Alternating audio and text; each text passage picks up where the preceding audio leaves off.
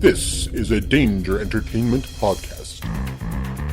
DangerEntertainment.net. Danger Entertainment Podcast Network.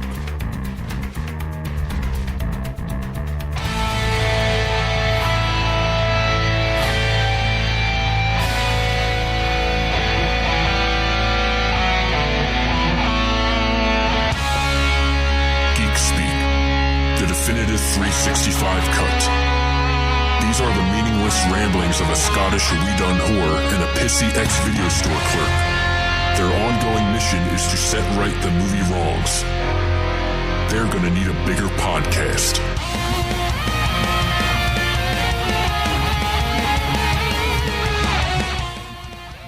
Hello everybody and welcome to episode 126 of the 365 Books Podcast!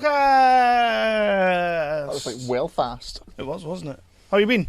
I'm alright. Yeah, alright. we'll just get straight into it. Yeah. Yeah, So you are? no messing about. You are? I am Kevin, the pissy ex-video store clerk, and you are? I am Chris, the Scottish reading whore. I like it. And I'm also the floppy winner of whenever. You notice I don't care as much about the floppy as you did. It was mostly to annoy you. Yeah, see, I know that it won't annoy you because you won that shit. Yeah. That's like, been there, done that, won the t-shirt. Yeah. Yeah. So how has your time been since the last episode? When the hell was it? It was like 6 months ago or July or something. Yeah. Last July. Okay. I have grown like a right proper killer beard, as you can see. It's a bit of an old man's like hobo beard. Yeah, that's acceptable. You could be hobo cop. I'll give you that. I have quit my business. So I hear, yeah. So I hear. Well, I told you. So you did. Did he cry? No, you didn't cry. I'm pretty obsessed with the fact that I really want him to cry. That's weird. Why is it weird? Because why would you? I like when people cry. All right. No, you didn't cry. Oh, that's okay then. It would have been 10 years in May. Could you not just held on till May, had the 10 years anniversary? No, and I've held long enough. And then you were like, scary guys! Oh, you just did that anyway. No, I didn't do that. But yeah, thank you, Brexit. Yeah, Brexit. Well, it's fucked us. It has actually fucked us up the asshole. Yeah. So yeah, that's but onwards and upwards and that. And I blame Brexit for everything. If anything, though, more time for podcasting. well, we'll see. There you go. Mm-hmm. Way more time. Yeah, I'm not jobless. Well, but you might as well be. And you could, you now have a spare room that you want to build a pod studio in. I do. So we might go all official and stop being muckle cold bastards when we record. Well, I do have a heater in my room. That is a step above what we have. Because, it's hot cold in here. well done. I like that. I like that a lot. Yeah, so that's a thing that happened. On the whole Brexit, you mentioned Brexit there. I was listening to Hobie about 6 episodes back, because I'm really far behind, and they asked on one of the episodes for some Europeans to explain what Brexit is. Would you like to explain what Brexit is? Brexit, if you can think of the biggest possible shit show on clusterfuck in your head, add 10. That's what Brexit is. Add 10. It's as as the We Hate Movie guys would say, it's 9/11 times 1,000.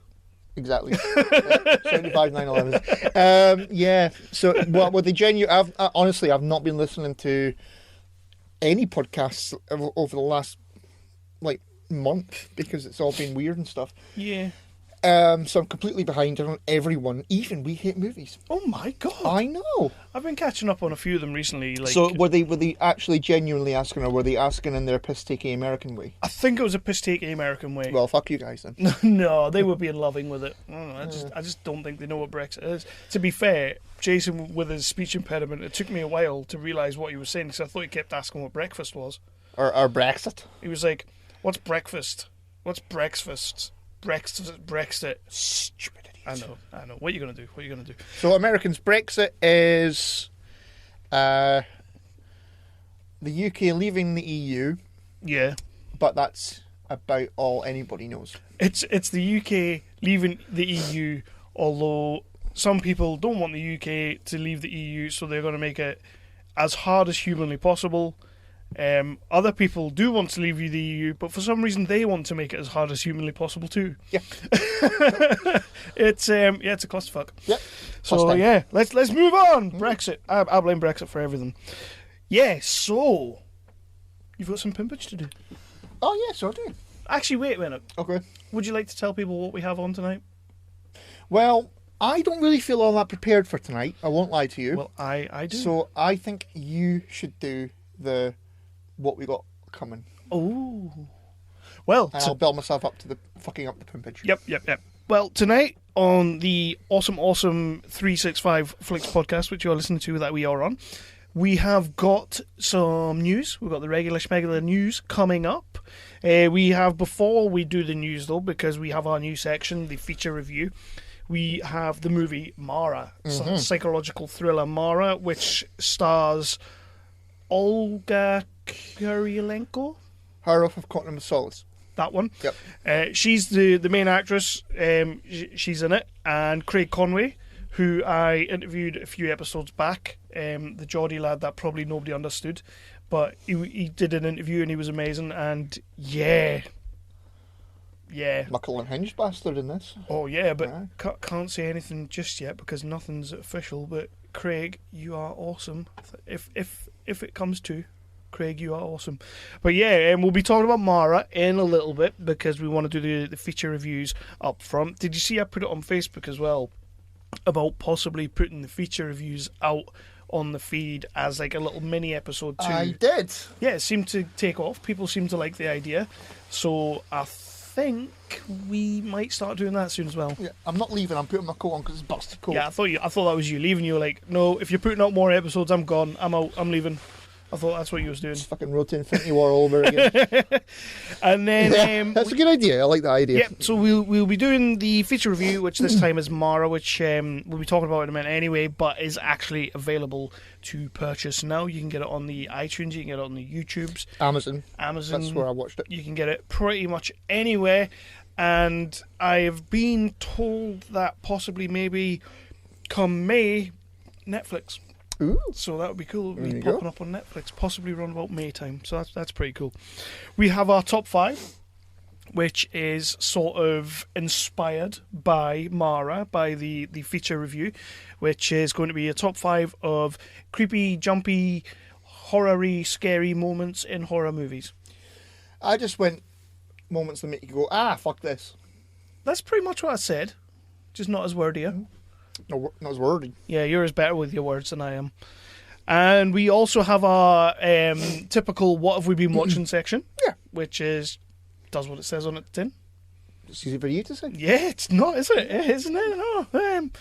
Do we have anything else? I don't know. That's it. We've not got to adjust the pilot, have we? No. What are you going to do? That's kind of fallen by the wayside. Yeah, it's your fault. And after the news, we'll be doing the news, but after that we're going to be doing a little chat, or well, not so much a chat, we're going to be doing a little rundown of the Oscar nominations for 2019 and the Razzie nominations of 2019. Yeah, I'm interested by the Razzies. I'm only bothered about one Oscar nomination, and you can take a wild guess which one it is. Were you outraged, though? Are you as outraged as everyone else? About what? Because apparently, and this is what all the millennial snowflakes have been saying, but apparently, in an effort to be not as white and be black, the Oscars, who have put like a lot of black movies in there, obviously like black made, black directors, because the Oscars went that way this year, because every year it's far too white, it's whitewashing. Well, this year they forgot to put a woman director up. Total sexists. Isn't it? So they've gone the other way. Well, I am outraged. I was outraged when I saw the nominations. I looked at the nominations and I was like, not one woman director. But then I looked at the Razzies and there's like 5 women directors. Well, That's a lie. We'll get there in a minute, All but right, that is a pure lie. It might. I hope we don't get there and that's right, because that joke fell flat on its face. Nobody will remember that. But yeah, we've got all that awesome stuff coming up. We've got some great news, I'm hoping, because Chris did it. But first of all, you have got your pimpage to do. Yeah. Now. Do the roar. Go on. Okay. So look for 365 Flicks on the Facebooks and the Twitters. Don't forget to like and subscribe and share like a son of a bitch because, that's the only way we'll get our pages out there. Pages? I don't know. Yeah. Okay. I've not had a drink. So, You've not. That's quite That's good. what it is, and it's fucking freezing. We actually speak better when we've had a bit of LPvo. We do. Yeah. We do. Yeah.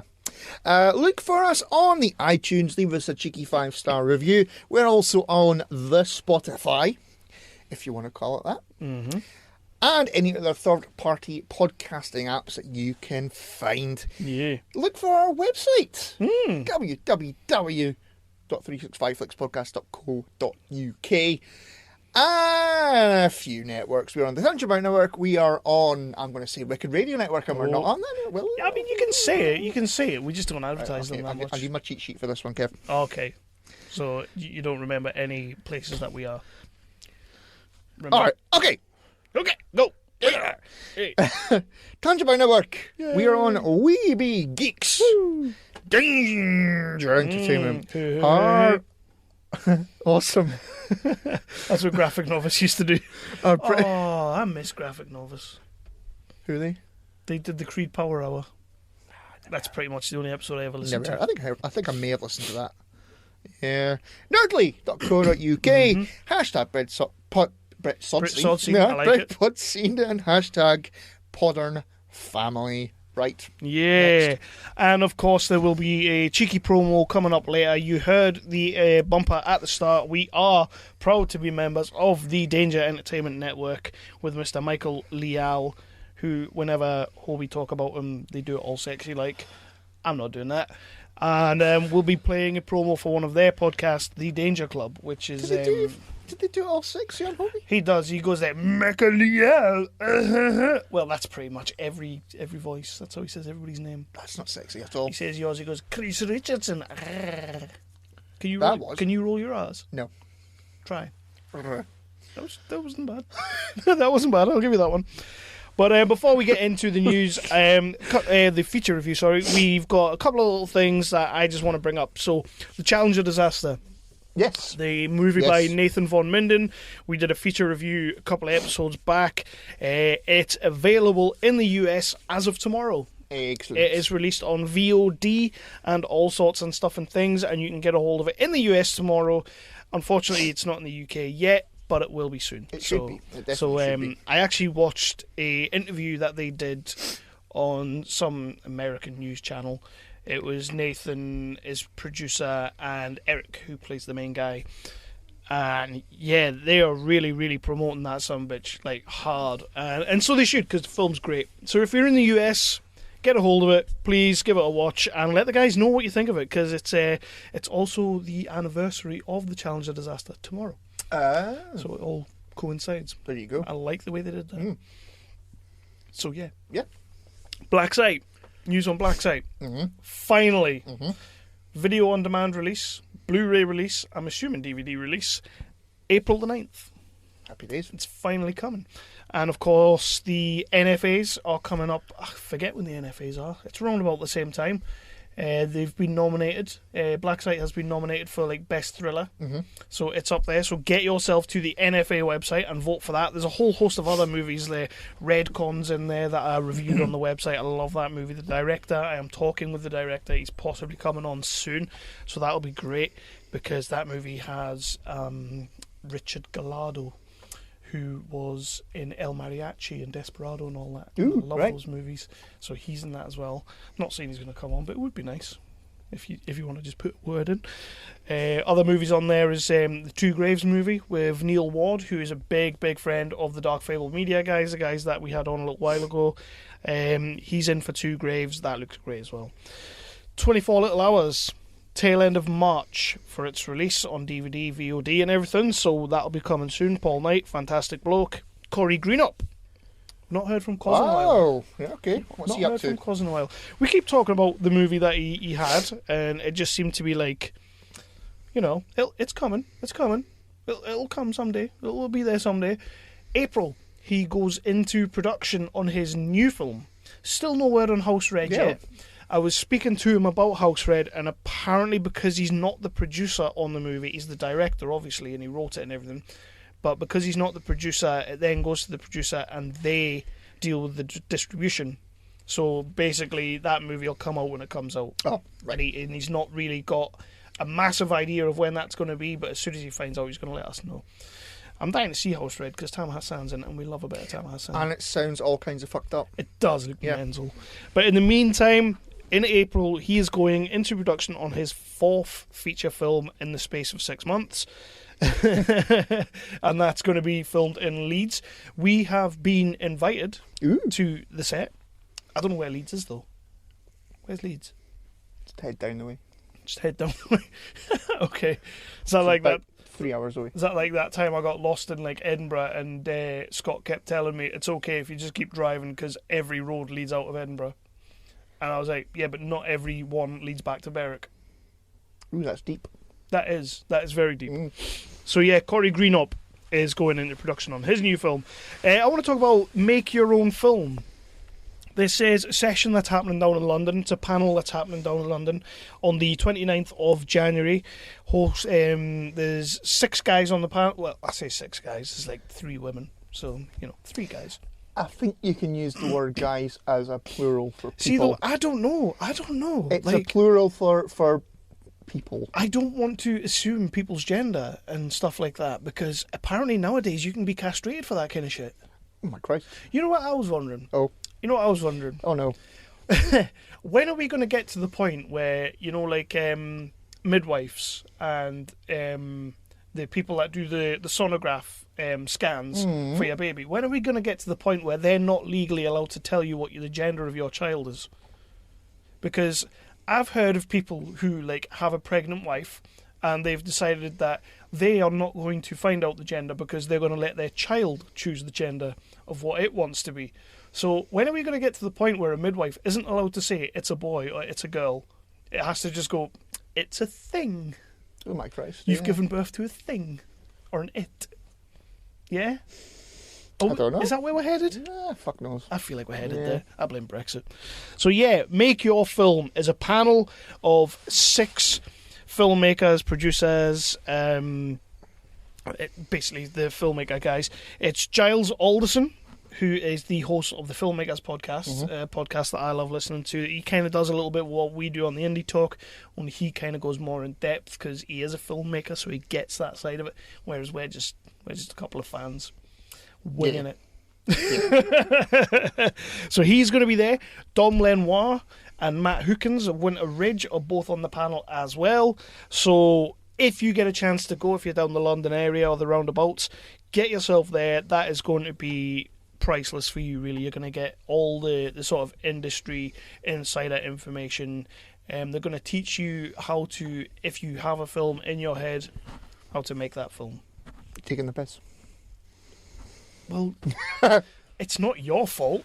Technically, you made your film. That's a good point. You filmed your film. That's a good point. It's in the can. You did all the work you had to do. Yeah. It's your lazy ass editor. Yeah. Okay, fair play. Yeah. I feel better about it. I mean, we did go that night and edited a good 3/4 of your film, and nothing's happened since. So, I feel like we've done our well, you've done your job. I didn't really do anything. I've not even read the script, but I feel like you've done your job. It's just up to him to do his. Yeah. So yeah, pull your finger out. Next. So that's it. Would you like to get into the feature review? I think we should. Well, before we do, actually. Oh, God. I'm doing Tough Mudder. Yeah. I'm doing Tough Mudder. Yeah, no, you are. I am gonna fucking die. You are going to die. Oh, no. I'm not looking forward to like this. electrical shocks and stuff. I watched a video on YouTube of a guy that, literally, he went to the electrical shock bit. For anybody who doesn't know, what Tough Mudder is, it's an assault course for adults. It's very muddy. It's very wet. It rains because it's in Scotland, so it always rains. It's very physical and taxing, and it's probably going to kill me. I think it will. I think it will. I keep on telling myself, Kev, you're going to get yourself in shape and it's going to be fine. It's not going to be fine. No, it's not going to be fine. No. Would you like to join me? Absolutely fucking not.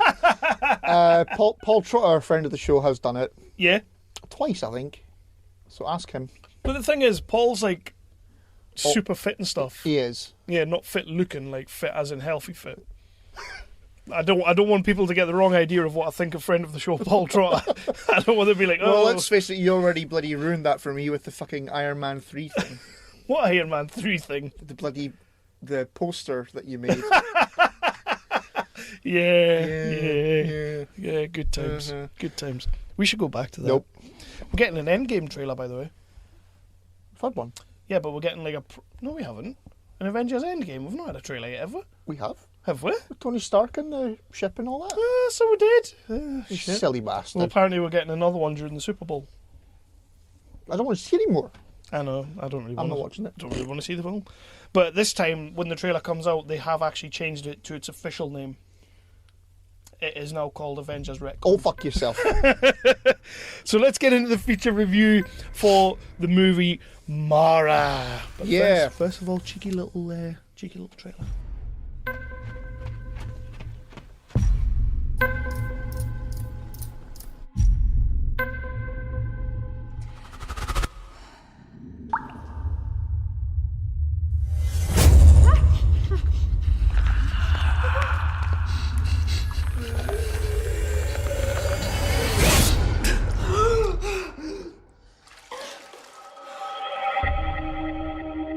Almost everyone in their lifetime will experience sleep paralysis. I was pressed down into the mattress. And then I saw it as real as you're sitting there. What did you see?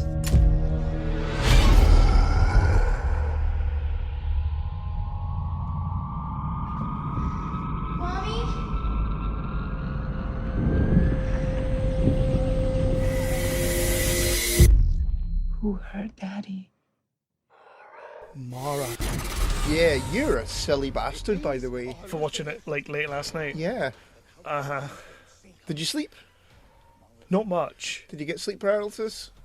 No, I didn't last night. No, I did have to turn all the lights on as I walked up the stairs. Lindsay was not happy because I did turn on every light as I went up the stairs.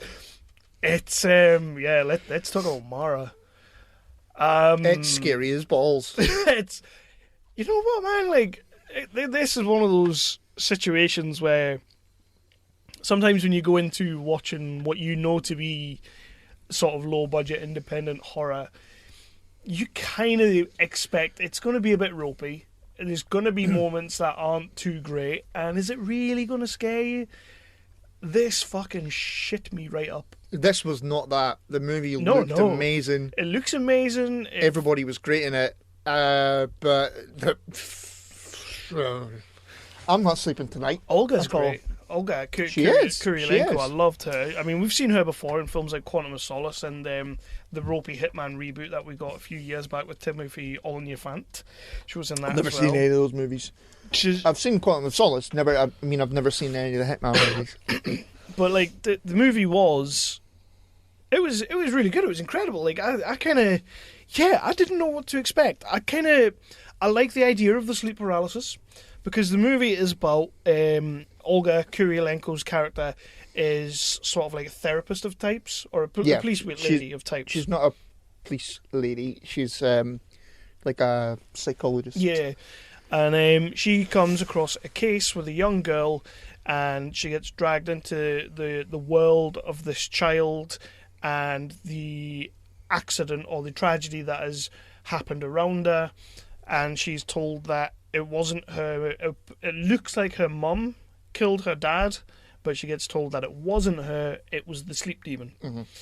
And then the movie is based around the sleep paralysis, which for anybody who doesn't know what sleep paralysis is, it's kind of when you wake up and you can't really move, you can't move your legs, it feels like somebody's sitting on your chest, and there's like sort of like an urban myth or a legend that you see a woman sitting on your chest, or not shitting on your chest. Not shitting on your chest. I mean, each to their own. Okay. Or she sometimes I've read other things where normally she'll be standing in the doorway. Like when you look up, she's sort of standing in the doorway. But the thing is, you can't move, and it's all to do with your brain isn't quite fully awake yet, and it's like this legend. Yep. That's the movie. She has to figure out what's going on. She comes across some very colourful characters, one of them being Dougie, who's played by Craig Conway, who I'm a huge fan of Craig Conway. Anybody who listened to the interview I did with him knows that I'm a fan of him. You know, I couldn't have possibly been up his arse any more than I was. Like, I just think he's an incredible actor from the Northeast as well, which makes him even better. And movie set in America. Yeah. Everybody's talking American. Yeah. Geordie accent in an American movie. I know he was It's not a strong Geordie accent. He was putting on a slight differentness, but because he did say when I spoke to him that he dials it back when he's over there because people don't understand what the hell he's saying, which is understandable. But it was quite. I found it quite refreshing because there was a slight Geordie twang in there. Yeah, he wasn't Cockney. Yeah, we don't need Cockney because the Americans need to know there's more than just London. Yes, they do. Yeah, but you tell me your thoughts and feelings on the movie. Well, as I said, the movie looks amazing. Everybody's great in it. It's scary as hell. I loved the scene where Craig Dougie is giving us the history, like the mythology about it. That's great. You know, going back, like what was it? It goes. The story of Mara or whatever goes back further than Christ. I think that was cool as hell. So I liked all of that, like the history behind it. The bit in the bathtub, holy shitballs! When she comes up to the Oh yeah. So yeah, the movie did what it needed to do. It freaked me the hell out.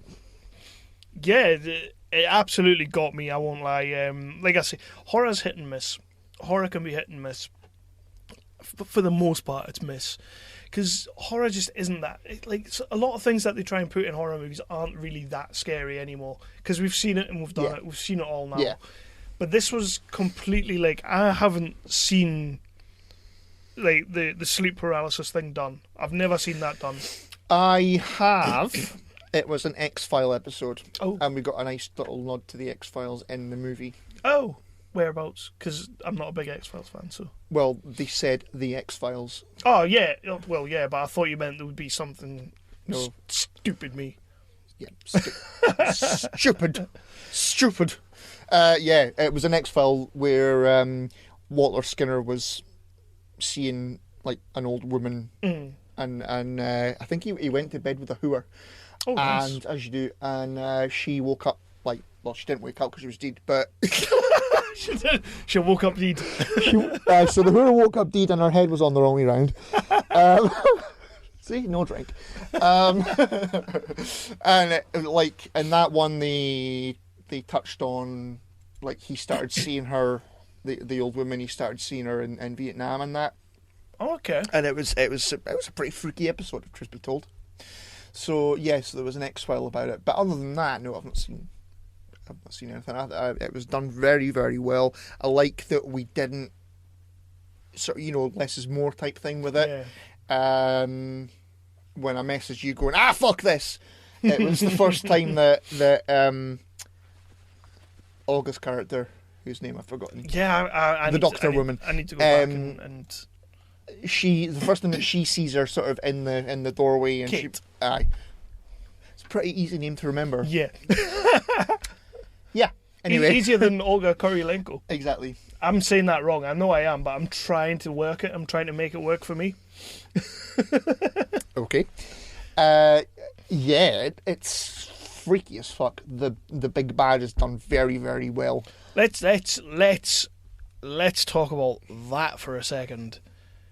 Because Mara is like you say, it is less is more. You do see a wee bit of Mara as the movie goes on, as most movies do. You kind of get sort of reveals and stuff like that as it goes on. Holy shit, the way that guy was moving, because it's a guy. It's Javier Botet who played Mara. His body is freaky as shit. Yeah. I'm sitting there going, why are the arms moving like that? There's a point where you kind of see his legs and his knees are buckled in, but also buckled out, and I'm like, Ew! Why? Ew!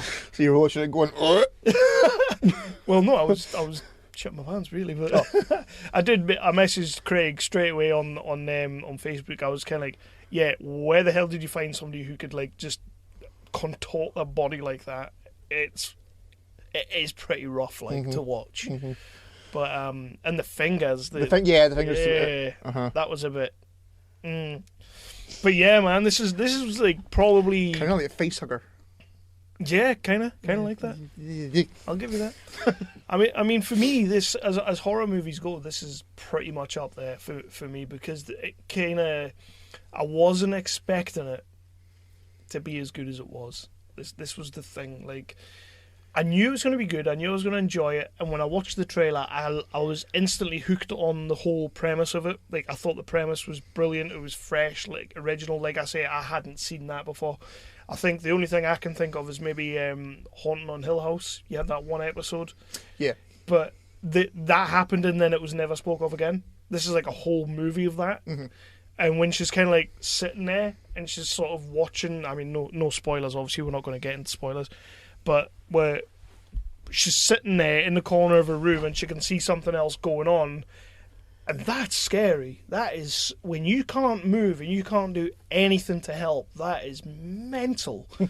And you kind of just put yourself into that role at that point, and it's like, oh no. I still can't believe you watched that before bed. It rookie error. It was a rookie mistake. And you know what it is? It was late on last night that I put it on, and yeah, I instantly regretted it. Instantly. And I did think to myself, you know what, I'll just put this off now and I'll just finish it tomorrow. But you can't do that.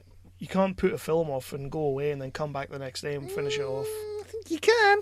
Well, yeah. It's called pause. If you've got to change your punch, you have to.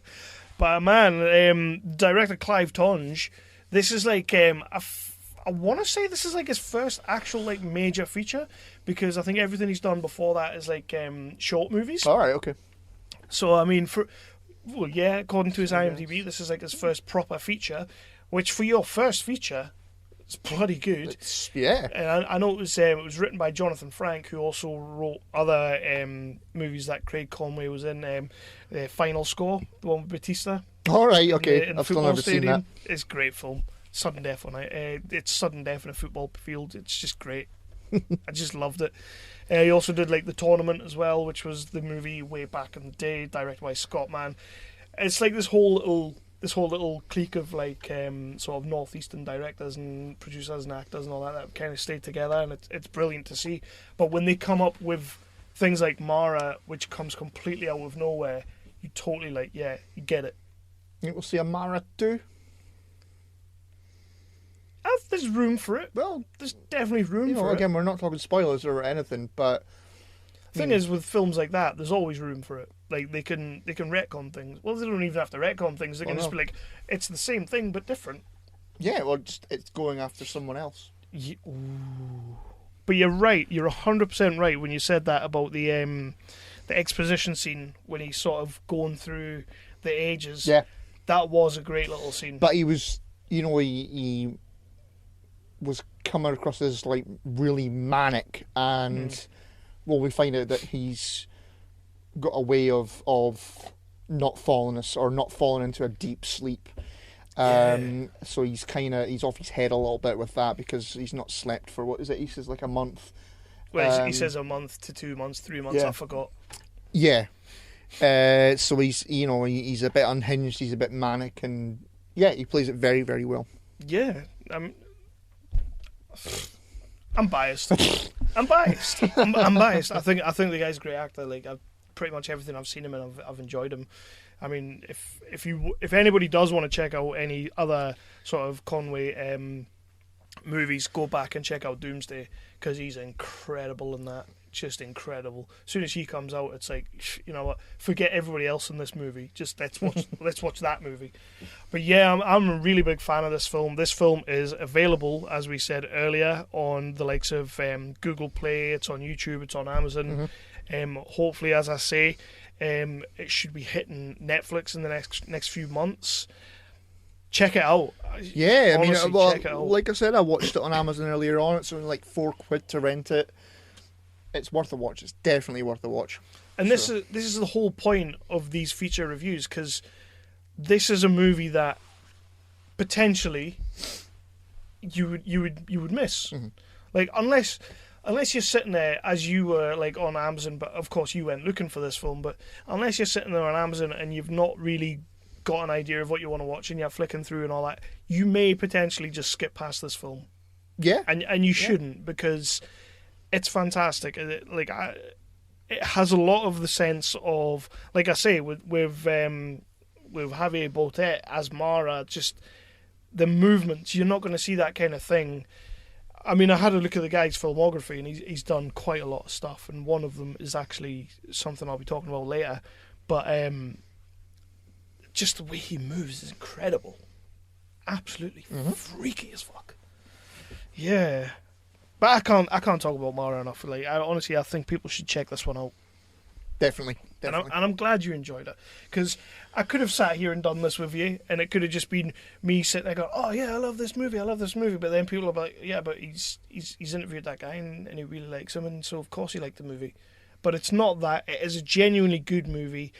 You liked it, so that's my point. But you also paid me £50 before we started. Well, yeah, but I'll edit that bit out. So yeah, Mara. Yeah, Mara. Please check it out. And if you do check it out, let us know what you think. Let the guys who made it know what they think. You know, get yourself on Twitter. Follow the guys. Follow Clive Tunge. Follow Jonathan Frank. Follow Craig Conway and Olga Kurylenko. You probably already are following her because she's amazing. So just do all that and yeah, let them know what you think of the movie. Yeah. It's the kind of movie that you need to let people know. It is. And that's how movies like that, you know, like it's sort of in the same vein as like Blair Witch and that, where everybody starts talking about it and talking about it. That's where movies like Mara do become a thing, you know. It's, and I could see that happening for this movie because it's like a following, like a cult phenomenon kind of thing. Yeah. We do like a cult phenomenon. We do. Yeah. Look at Dog Soldiers. Nobody knew that was coming out. A lot of cult followings. Not all of them. Which ones do you not like? You know, the murdery ones. Okay. So, Mara. Again, we want you to watch it. We want you to let us know what you think. We loved it. Get it done. Yep. So would you like to move on to the news? Why the hell not? So I'll play promo. In a world of heroes, villains, 6 British actors will come together to play Pathfinder. It's sort of like D&D, but also really not like D&D. Join Fulton. I immediately regret this decision! Caragor. Oh, I see you, Kenneth. Velda. Behold my arcane powers! Shania. Yes, I've cracked the case! M. No, I'll kill him. And the Dungeon Master, for an actual play podcast that takes adventure seriously. Available on iTunes, Spotify, Google Play, Stitcher, and from DangerClubPodcast.com. Danger Club, let's roll. God, doing that voice hurts. News. Have you noticed I've dropped the Big Ben bongs? No, because I'm not listening for news. That is mental. What? You don't even listen to your own podcast. I told you I've not been listening to podcasts lately. The problem there is every download counts, and you're not giving us the download. I do the download. I just don't listen to it. Don't tell people that. I don't want them knowing we download our own show. God. Like we need the downloads. Come on then. News. Yeah. So, bit of Soprano prequel news. Have you seen who This the is cast great. has young Tony Soprano? Do you not love this? I do love this. I love this. So it is the son of James Gandolfini, Michael Gandolfini, has been cast to play young Tony Soprano. I love it. It's great. You know what? I don't care if that kid can't even act. See, the thing is, I not wanting to sound like an asshole, I don't want to see too much of Tony Yeah. in it. Yeah, I want I it don't to be think we about will. Uncle June and Tony Senior. But the fact that they're putting him in there as a young up and comer, Yeah. great. I think it's just a nice nod. It's like I say, I really don't care if the kid can't act. I don't care if he doesn't have a line. I don't like Well, he's gonna have a line. I genuinely think it's going to be one of those things where you're going to see him for like a about approximately 3 minutes, which is about all we need. But, like, I don't care. It's really nice. Yeah. I love the thought of James Gandolfini's son playing young Tony Soprano. Yeah. Just, I don't want to spend too much time with no. that character. I get that. Yeah, Ghostbusters 3 is now a thing. Yeah. Did you watch the little teaser? I didn't know. No. There's nothing in it. It's just... I didn't think there would be. It's just, like, approaching a barn or something, and the original proper Ecto one is in it. And... You know, and it's Ivan Reitman's son. Yes. Yeah, which could be cool. Jason Reitman. Yeah, it could be cool. Obviously, he's grown up amongst it. Yeah. So yeah, I'm interested. Did you see the shitstorm that followed? You're struggling tonight, aren't you? Did you see the shitstorm that followed? With what's her name? Where do you land on this? I couldn't give two shiny shites. Okay. Where do you land on this? No, like I don't really land. Are we talking about the same thing? Because Leslie Jones came out and she said that it's disrespectful and it's ignorant that they're just completely. She didn't say ignorant, I did, but that they are completely just not talking about the movie that they made. No, they're not. Like, which is fine. Like in my head, that's fine. In my head, like I'm okay with that. Like I enjoyed the female Ghostbusters. I liked the female Ghostbusters movie. I've said that many times. Right. It wasn't as bad as... Yep. I actually defend would have you believe. But my thing with her coming out and, you know, saying it's disrespectful and everything, I'm kind of on the page of let her say what the hell she wants to say, because you all, like the internet with that toxic bile, tore out of shreds. Oh, yeah. And they were monsters about that woman. Yeah, she became like the lightning rod for it, which was not fair. Exactly. And they all got a little bit of flack, but she took the brunt of it. Yeah. I mean, think about it. She was like the first sort of female celebrity that came off social media. She was one of the first because of the shit she was getting. Yeah. And it was horrible. But I see all these people attacking her again because she's come out and she's said that she finds it offensive and all that. And I'm just sad that, you know what? You all tore it to shreds last time. For a movie that's pretty good. It's not amazing, but it's pretty good. It's got some damn good moments in it. And she doesn't deserve that. She didn't deserve No. She didn't deserve the flack back then, and she ain't deserving the flack back like right now. As far as I'm concerned, she can say what she wants because all the bastards on the internet ripped her to shreds. Yeah. I know what you mean. And it was horrible. It was toxic. It was horrible. It was. The whole the whole thing before the movie probably even started filming was awful. And it was horrible to see. And so yeah, I know what she means. I still don't care that they're doing a Ghostbusters 3. I'm not bothered about that. I mean, are you bothered about seeing the movie itself or? Yeah. Yeah. It's a sequel though, isn't it? Like it's part of the. It is Ghostbusters 3. Right. Are they all back? Because I didn't read that far. No, they're not all back because one of them's dead.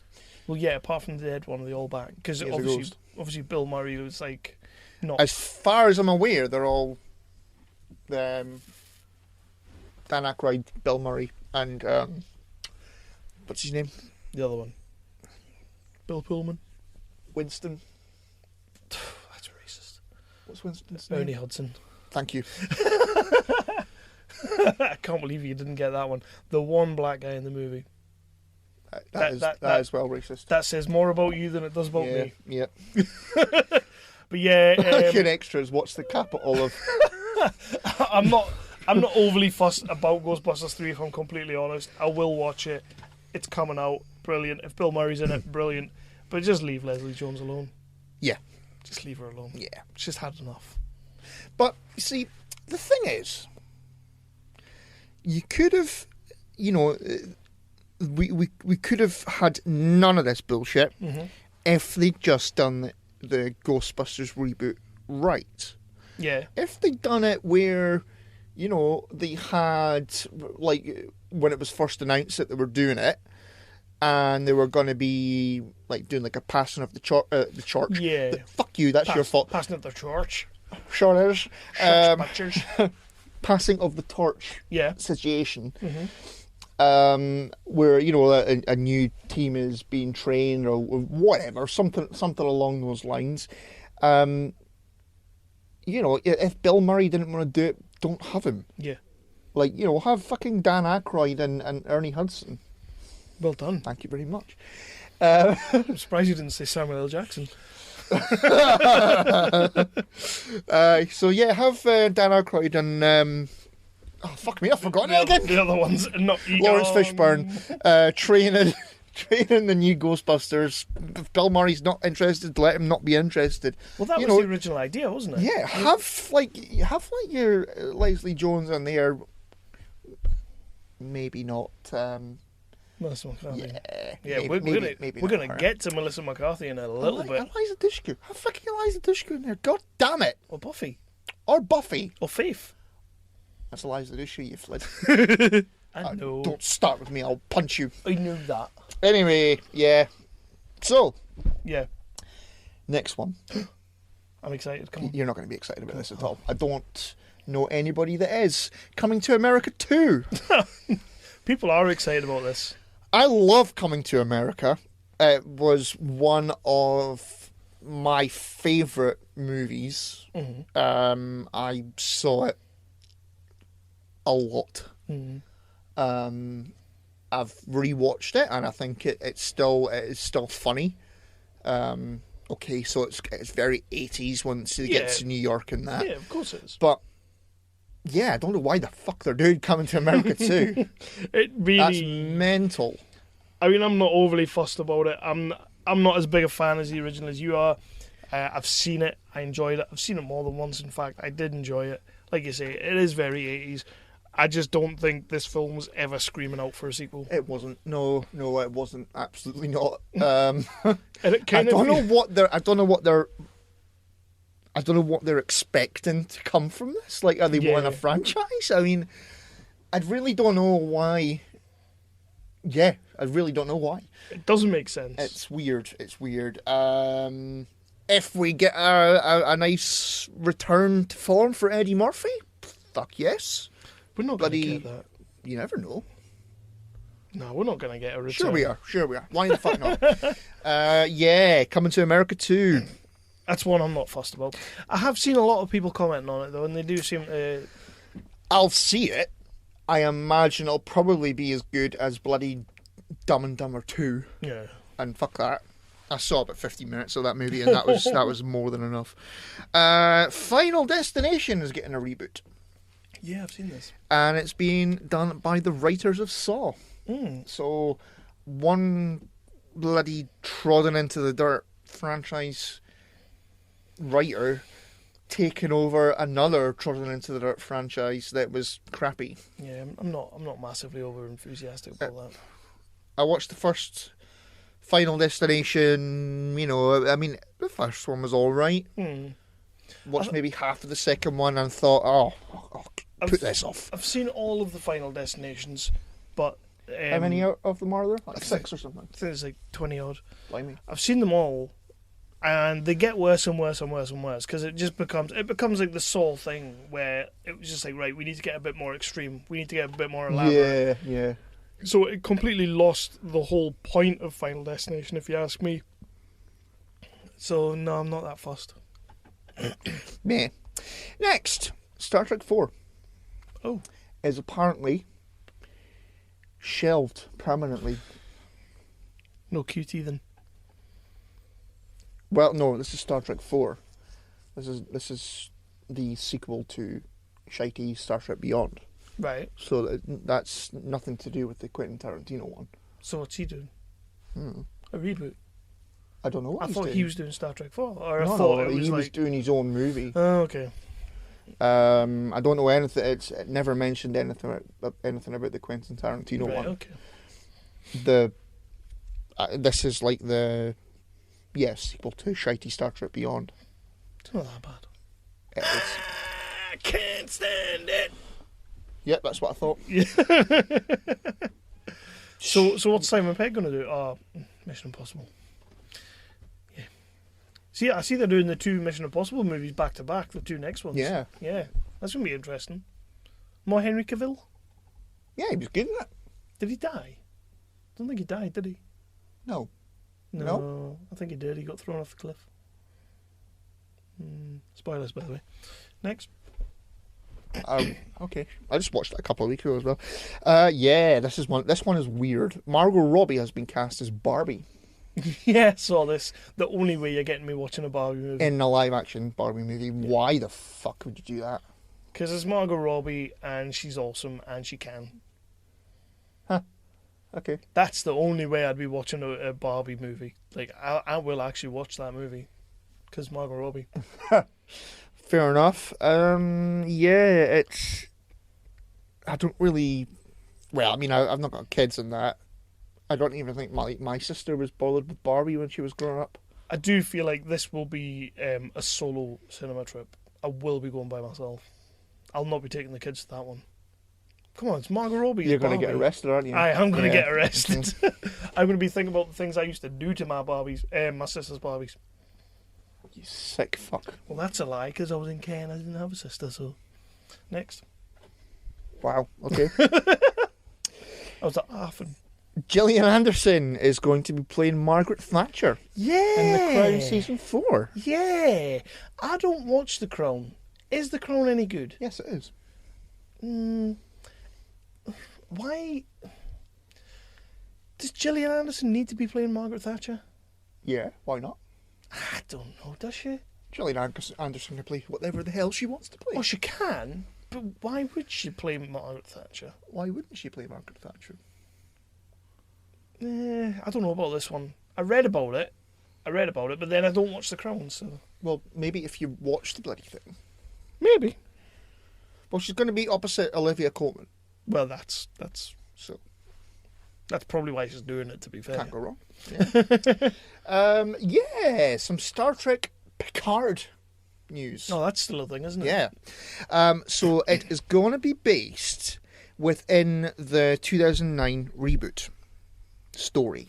So, before Spock and Eric Bana go back in time. Don't tell me it didn't happen, I saw it happen! Exactly. Romulus has been destroyed. Yes. It's going to be based in that universe, kind of in that area, in that It's a TV time. show, isn't it? And it's going to be Picard's, like, sort of, and obviously the Federation dealing with the fallout of the destruction of Romulus. So they're merging the TV show with the movies? Yeah. I quite like that. Yeah. I think it's interesting. Yeah. Instead of all these endless... I mean, don't get me wrong, I love Star Trek Discovery, which, by the way, starts this Friday. Mm-hmm. It's already started. First episode's on Netflix already. Is it? Yeah, second episode is this Friday. Oh, shit. And it's fucking great, by the way. Oh, it didn't appear on my bloody Netflix. I know. That's rubbish. Anyway, I'll watch it when I get home then. You should. Is it good, fucking yeah? Should. Tidy.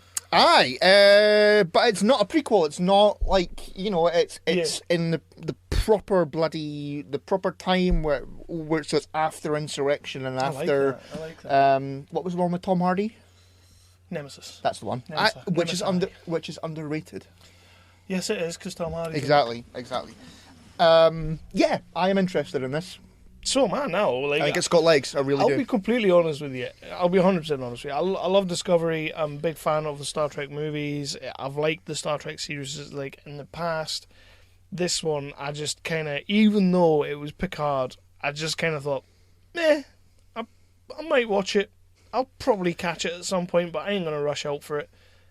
But that has got me interested, the fact that it's going to be in that universe. Think we could maybe see some Voyager in there as well? Don't tease me.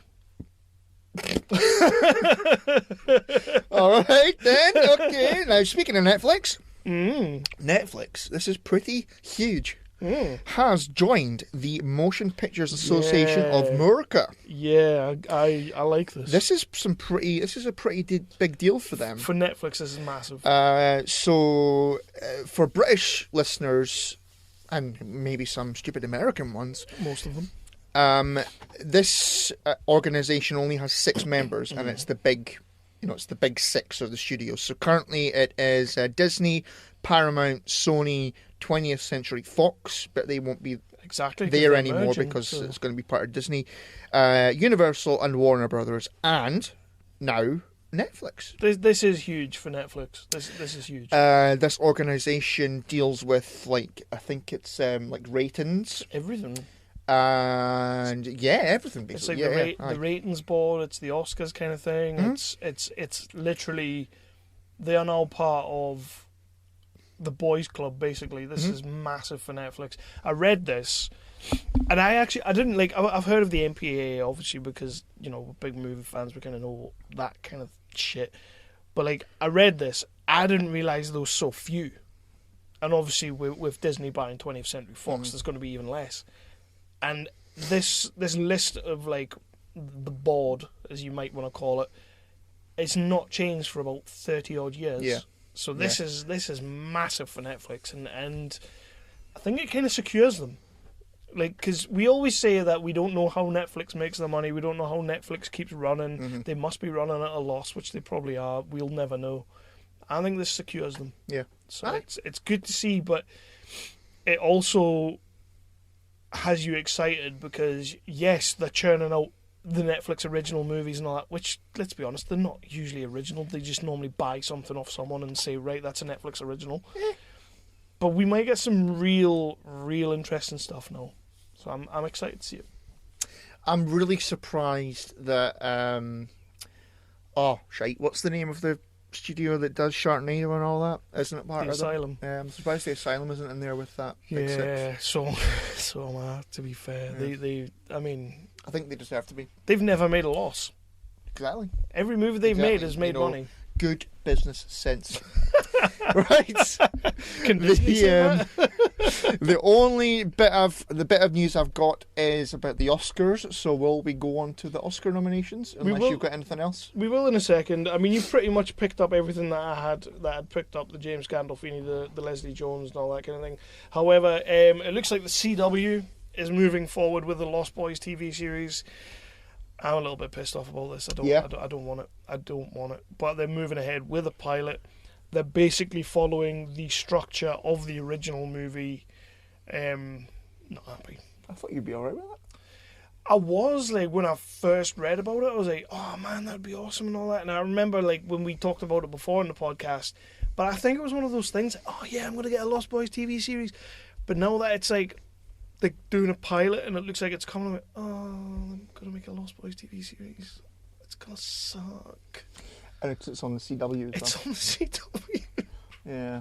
So it's going to be like a dose of beautiful people and ridiculously good-looking vampires doing ridiculously good-looking things, and just no, I'm not. Maybe if it was on AMC or something like that, The Walking Dead's on or there, HBO, that would be awesome. But no, it's on it's on the CW.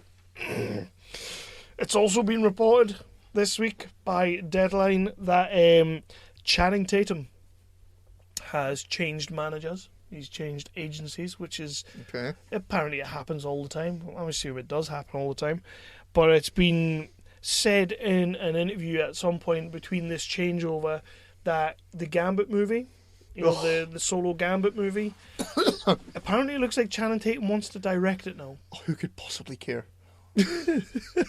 It's been in production hell for a good 10 years. I don't know what the big deal is about this character. Gambit, yeah. There does seem to be a lot of love for it. I mean, okay, I've never been a huge fan of X-Men. Mm-hmm. I really don't know. I don't understand what the big deal is. So, I mean, okay, so if probably Dev. That was my Dev impression. That was like a really gay Dev. It was, wasn't it? Yeah, or Dev. He was groovy.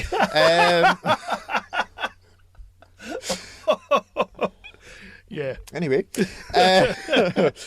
yeah. If anybody wants to tell us why the character is such a big deal, please do. Tell Kev on Twitter. I don't care. I don't really care either. But the only reason I bring it up is Channing Tatum venturing into directing. Well, Bradley Cooper can do it. Channing Tatum can do it. Can Bradley Cooper do it though? I mean, that movie looks awful. It's just the Star is Born thing. Yeah, I know it's been like nominated for about 1 billion Oscars, but it looks crap. And Lady Gaga can't act. Well, she's up against Olivia Colman. She's up against some stiff competition, I'll tell you that much. Yeah. So with that little cheeky nod to the Oscars, do you want to talk about some Oscars? No. Yeah, go for it. Let's talk about the Oscars, and I thought for a little bit of fun we'd also talk about the Razzies after the Oscars. Yeah. Because obviously the Razzies happens the night before, and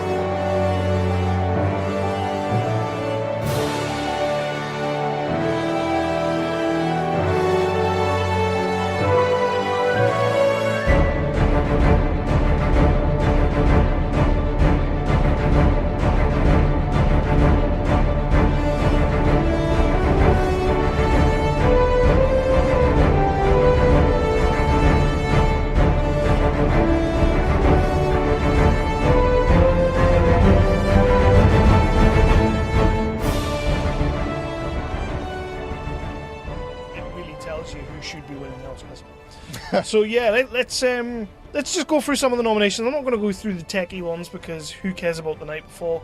We're going to talk about the big ones, and we're going to see how we feel about some of these.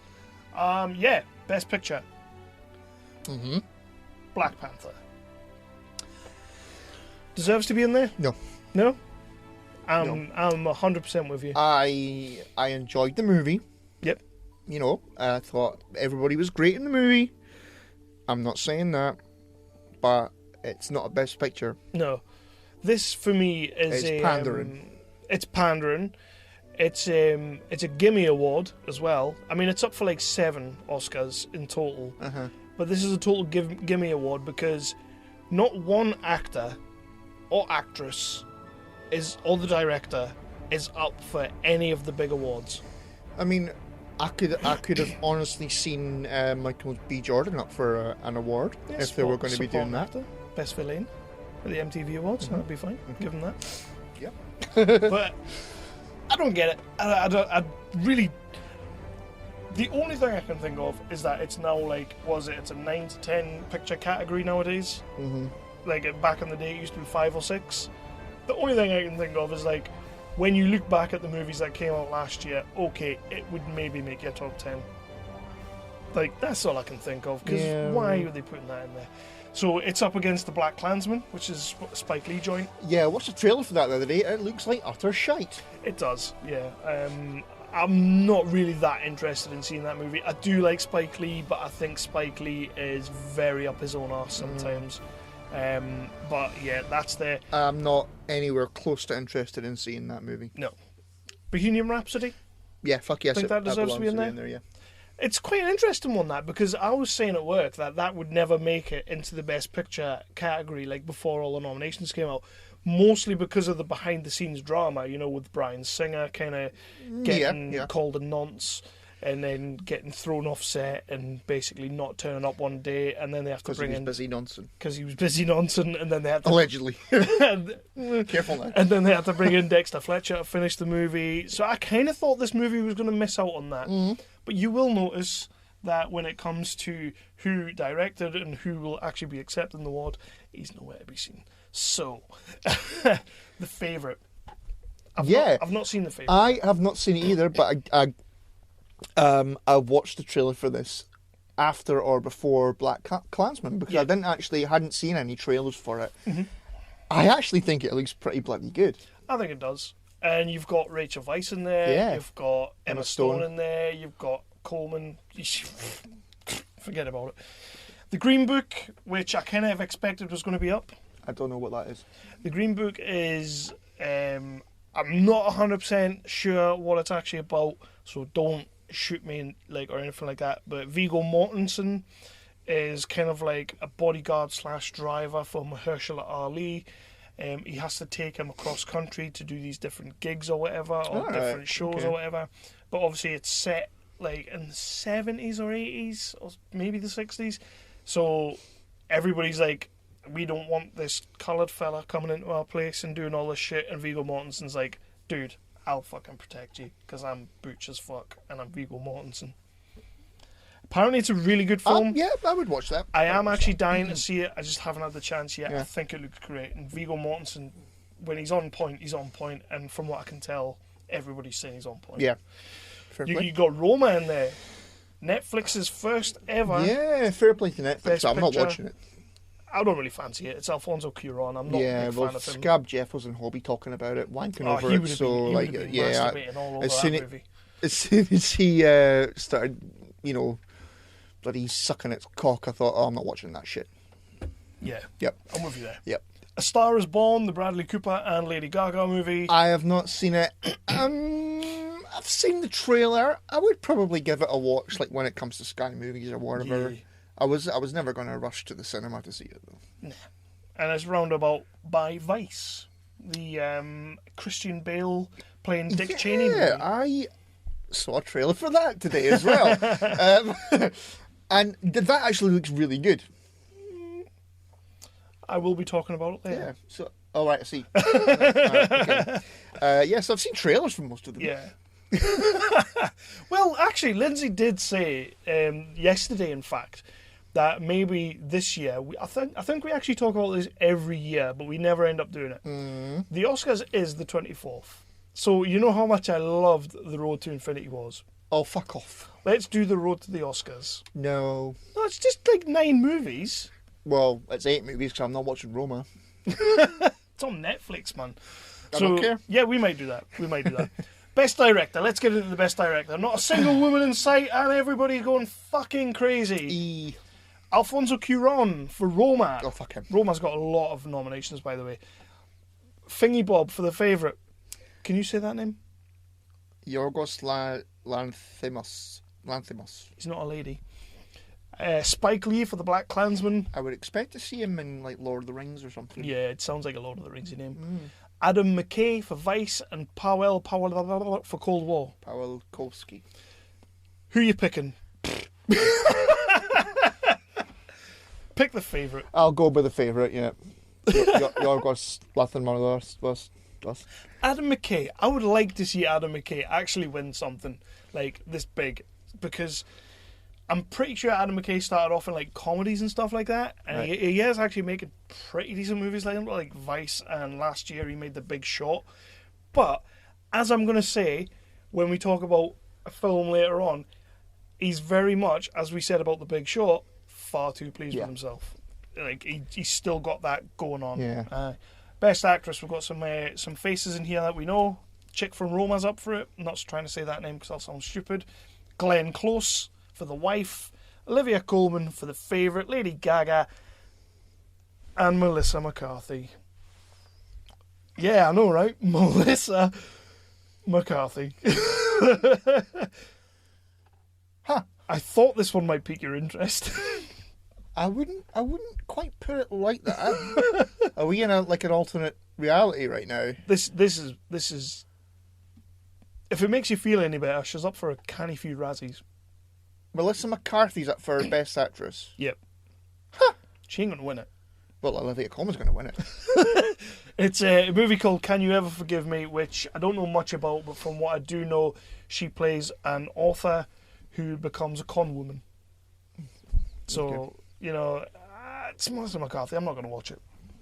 But yeah, this is the only category that I'm interested in because Olivia Colman is in it and she's awesome. she's going to win it. It's Olivia Colman. I mean, the only thing that I think might get in the way is that this A Star is Born is apparently it's been remade about 7 or 8 times. And every time that they do it, it gets a lot of acclaim and it wins a lot of awards. It's been remade 7 or 8 times. Yeah, it's like Fred Astaire and Ginger Rogers Oh, did it at some point. Jesus. Like through the years, they keep on redoing it, and it's basically the same film but like different genre or whatever.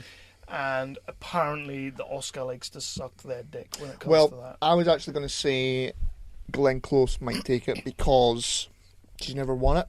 And it's Glenn Close. And it's Glenn Close. Yeah. But because she's never won it before, it could be like a Gary Oldman thing. I'm not saying Gary Oldman didn't deserve the Oscar last year because I thought he thoroughly did. But Glenn Close might take it because she's never won it before. I like your thinking.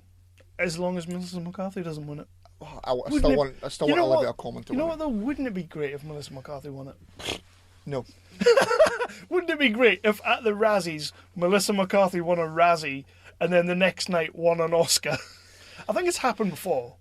I think it has. Wasn't it Halle Berry? I think it was Halle Berry, yeah, that rings a bell. Was it for... Nope, it's not going to happen. She won the Oscar for Monsters Ball. Aye. And Catwoman. Oh, yeah, that's Won the Razzie Razzie for Catwoman, worthy. yeah. Oh. Best Actor. Christian Bale for Vice, Bradley Cooper, Star is Born, Willem Dafoe. Yeah, that's an interesting one. Rami Malek, Viggo Mortensen. Personally, I think Viggo's going to take this, but I would love to see Rami Malek win this. Yep, same. Like, just every part of me wants him to win this. I don't think it's going to happen, though. I think Bohemian Rhapsody is going to fall foul. Yeah, I think he really, really, truly deserves to win it.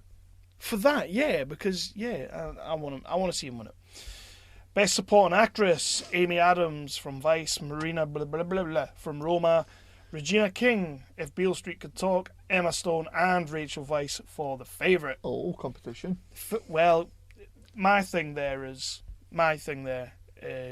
because they're both up for it, neither of them's going to get it. I would like to see Amy Adams take it because it's Amy Adams. Does she know? She's won it a few times. Yeah, though, but hasn't she? fuck it, it's Amy Adams.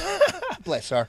Supporting actor Mahershala Ali for The Green Book, Adam Driver for Black Klansman, Sam Elliott for Star is Born, Richard E. Grant. Yeah, bloody hell. That's the Melissa McCarthy movie. It must be good. It must have something. However, not in the Best Picture category. Or Best Director. Sam Rockwell for Vice. I want to see Sam Rockwell win it, but he won it last year, so stop being greedy. I genuinely haven't seen the movie, but I want to see Mahershala Ali win this. I would like. I think he's a cracking actor. He's fucking great. I would like to see him win it. Yeah, he's great. I never watched Series 2 of True Detective, but I can't wait for Series 3 because he's in it. Hasn't it started? No. Or is it over in Morecambe? It's on its way. Right. But I can't wait. I can't wait to see him in it.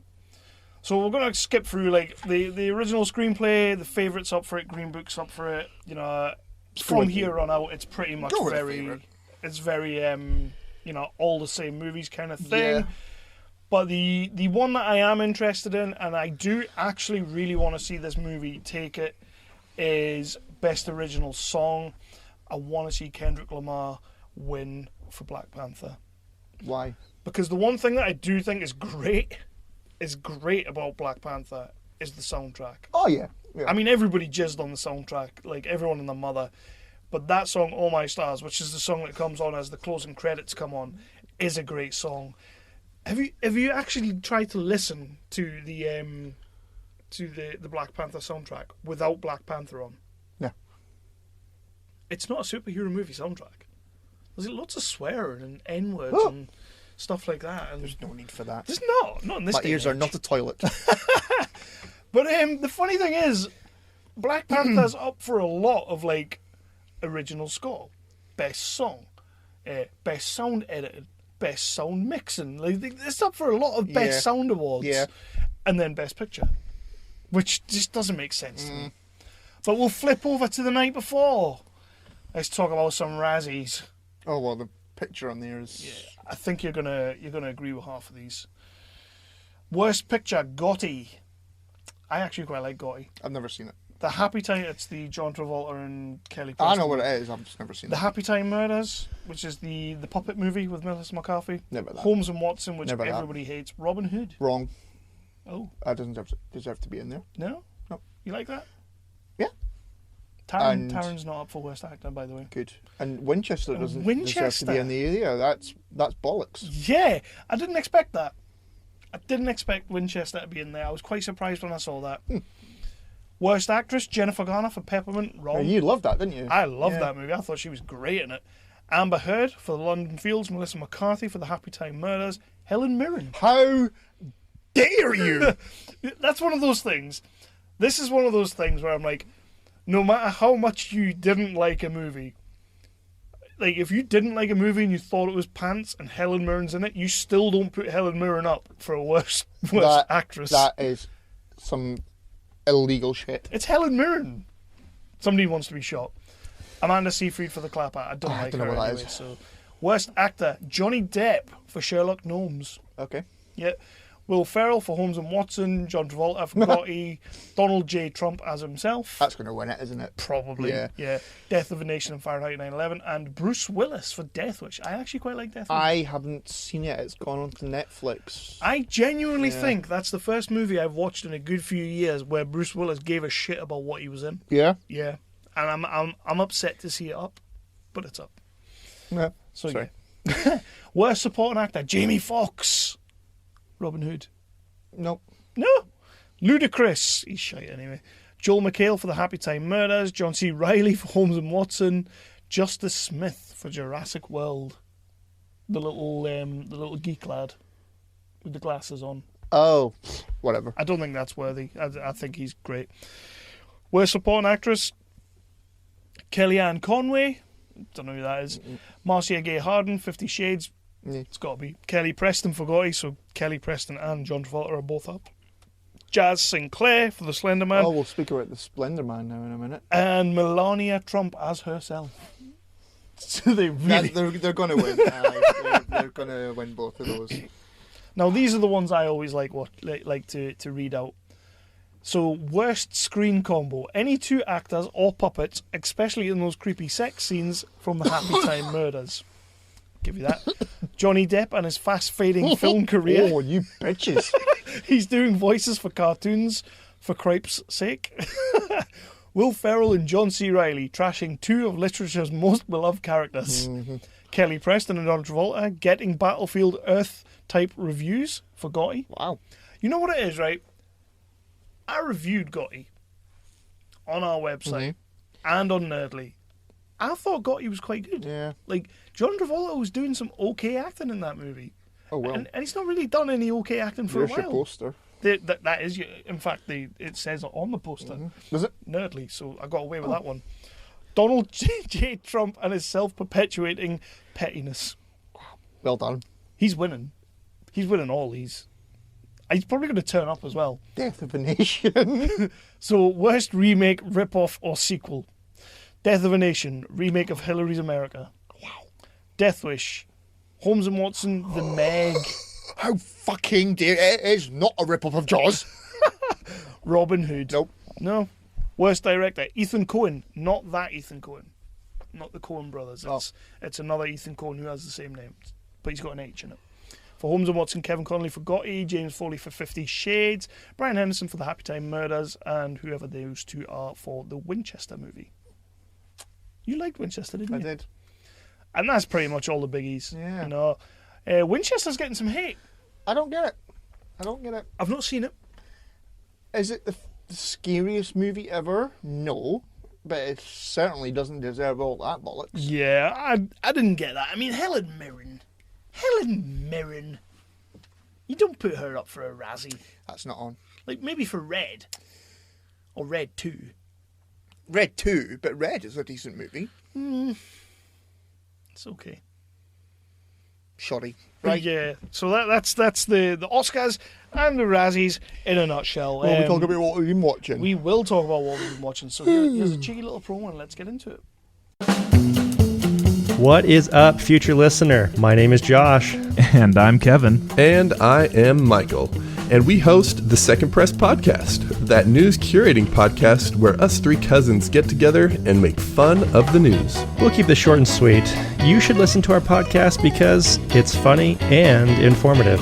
Exactly. We find interesting stories off the beaten path and liven up over-reported stories with our own fresh views and new takes. Yeah, and despite being a news podcast, we are pleasantly not preachy at all. So, search for the Second Press Podcast in your podcast aggregator of choice and give the Second Press Podcast a listen. You can also find us on Facebook and Twitter at Second Press Pod. And if you're feeling really adventurous, you can explore our sexy website at www.secondpresspod.com. We would really love for you guys to give us a listen and join our growing community. guys, we already love you. And because we do, we ask you, please stay out of the news. Peace. Won't take long. Oh, hey, What the fuck's that? Aquaman broke $1 billion. Excited? Happy? Yeah, not really. It's now officially the highest grossing DC movie of all time. Actually beats Dark Knight. Well, shit. And it's amazing. Still never seen it. So let's get into I this. do want to see it. I've just never got round to it. What have you been watching, Chris? Well, I've not got a great deal to talk about. Truth I've be got told. loads, so it's That's okay. fine then. I've only got 2 movies. So the first one, as I alluded to, is Slenderman. You did as well. What a load of old shit. Well, I would expect it to be. It's a stupid internet version's myth. But you know what? It didn't deserve to be. Because it's, if you ever, just go onto internet or YouTube or whatever and look up stuff about Slenderman, Yeah. it's a pretty freaky, Yeah. it's pretty freaky. It's, I think it's freaky enough to have deserved to have a freaky ass movie. Right. And if it, I see. Yeah. Does that make sense? Yeah. Yes. Yeah. Yes. So I just showed Chris on IMDb the Slender Man is played by Mara from earlier on's review. Yeah. So be nice about it. No. No, you know what? It deserved, or it should have been, so much better. I know a little bit about Slenderman. I don't know a lot about Slenderman, but I do know a little bit. And yeah, it is one of those things that, when it comes to internet myths and whatnot, it is pretty freaky and pretty scary. So I'm with you there. And also, well, there were murders in America, obviously, because that's what they do, fucking pass the time. But there was two teenage girls who killed one of their friends or something, and said that Slenderman told them to do it. So shit like that, it should have been a scary as balls movie. Yeah. And it wasn't. It was your pretty fucking beautiful people. Bloody, they're in high school, but they shouldn't be because they look 40.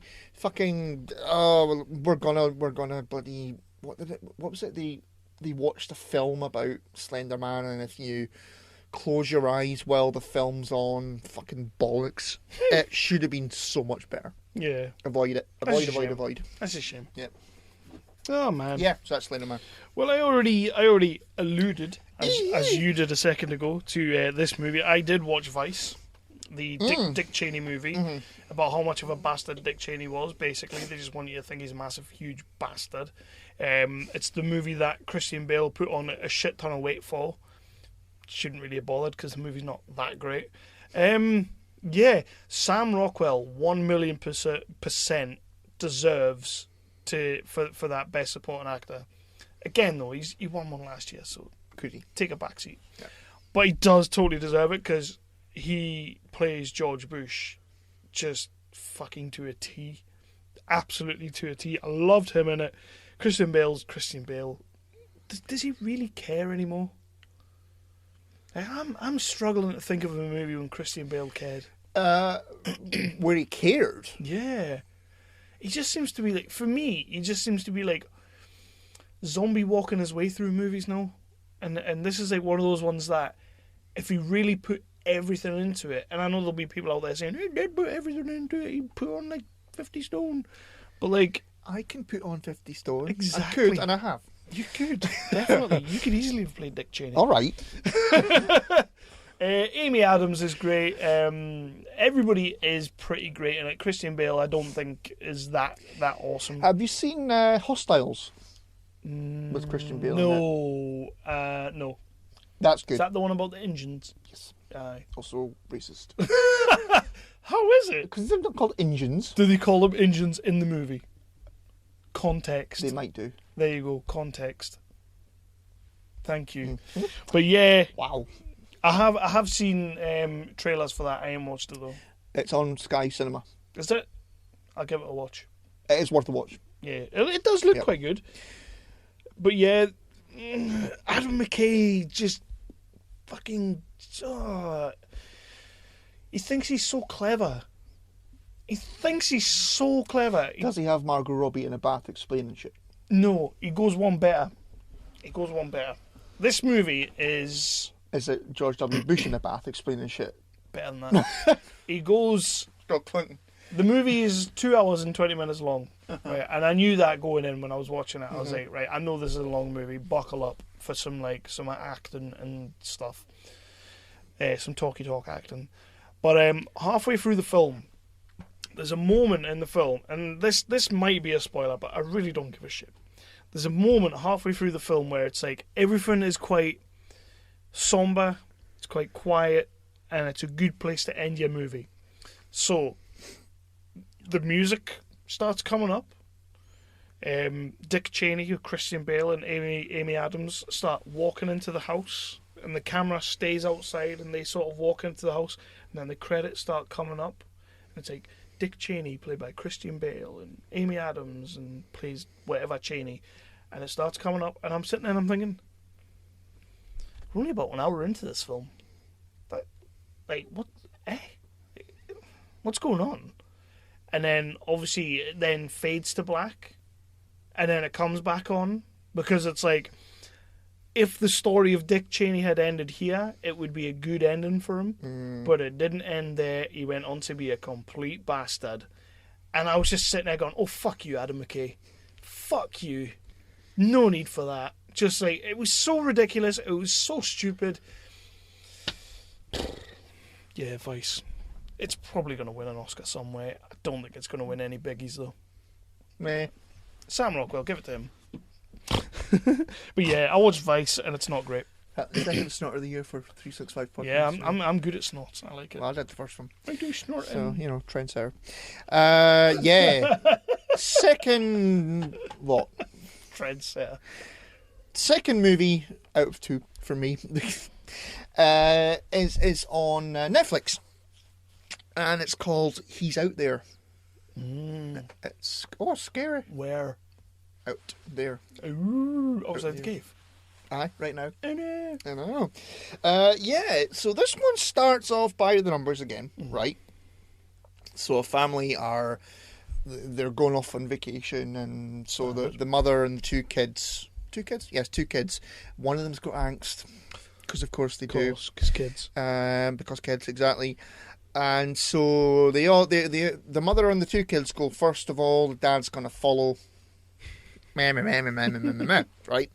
So when you're sort of the first half hour into the movie, it's a little bit of a struggle. Yeah. As these movies tend to be. Yeah. But. Ooh, but there's a but. But. There is a but. There is a but. I like a good but. Yeah. So, again, by the numbers, it's a horror movie, and there's going to be some wrong-uns. Mm-hmm. The wrong-uns are actually very interesting. Oh, well, there's only one wrong-un, really. But, yeah, it's so... Well, they kind of... They sort of... It breaks into the house, and as you do, I'm not explaining it very well. No. You had me, and then you lost me. Yeah, I know, right? Yeah. I wonder if you can get me back again. I lost me too. Yeah. Hashtag you too. Fuck off. Aye. So yeah. So the way that they do the big bad in it, he's a pretty freaky ass character. Okay. So even like sort of the mask in that it's like fucking. The mask is like skin. It's weird. It's really weird and like proper fucking freaky. And yeah, it's just really, once it gets going, it is proper fucking scary. They're not afraid to kill off characters. That's always a good thing. Spoilers.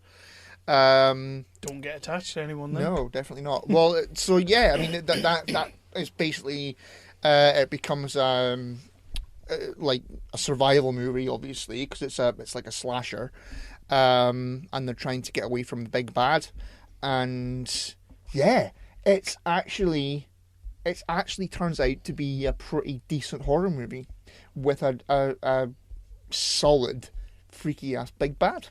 Nice. And it's worth a watch. If you can get past the first painting by numbers-y bit. A lot of movies do that, though, especially horror. Yeah. Horror always does that.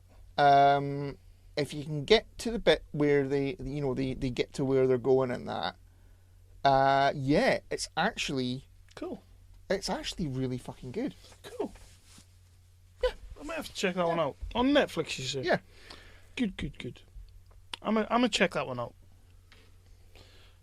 I watched a movie that didn't actually know had happened, and I was really excited when I saw.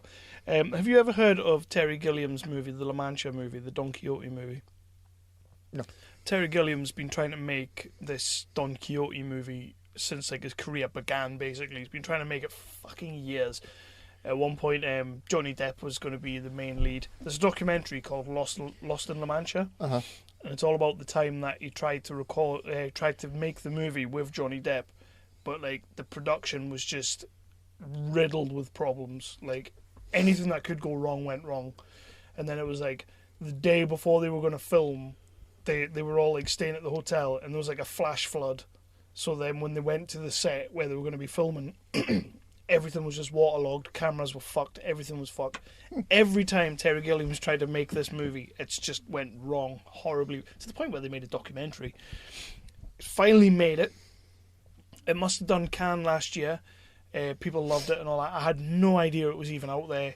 Got a chance to watch it. It's called The Man Who Killed Don Quixote, and it's great. It's so much fun. It's just Terry Gilliam being Terry Gilliam. It's mental, it's weird, it's fucked up.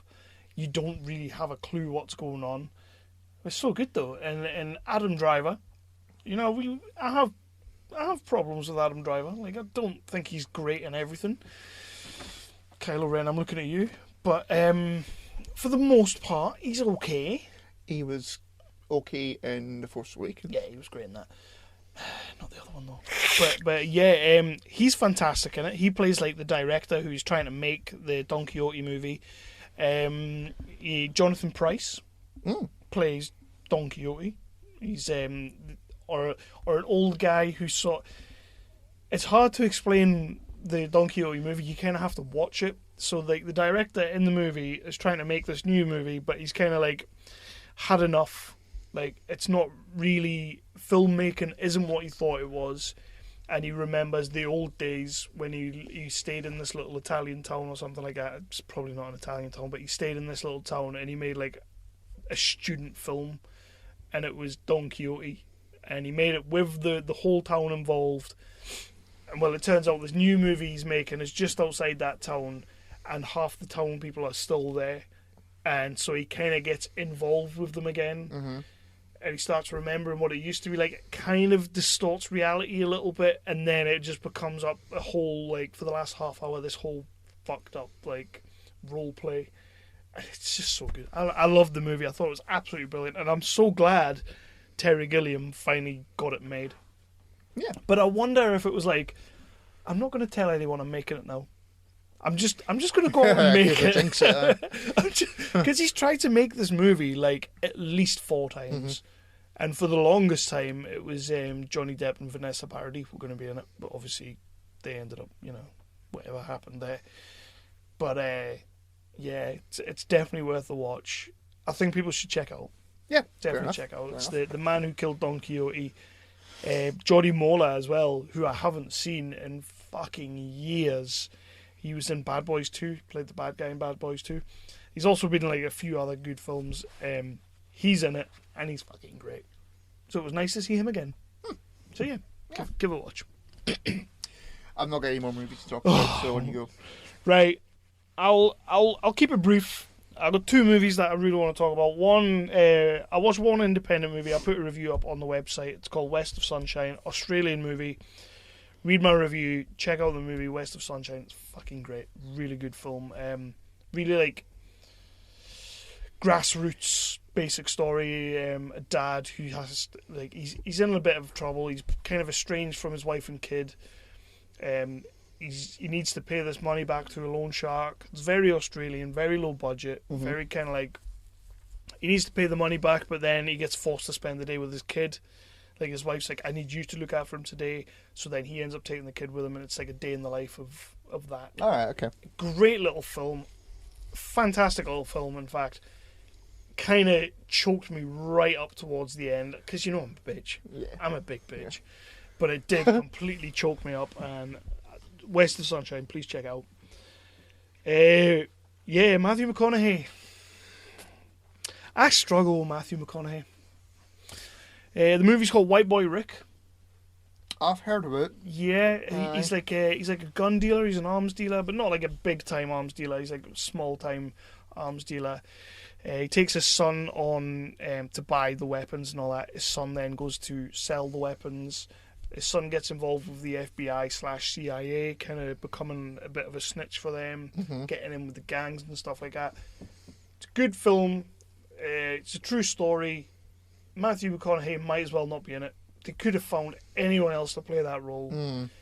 He didn't need to be there. He's not exactly putting in his best performance, but the kid that plays his son is incredible. It's his debut. It's his feature debut. Not done anything else.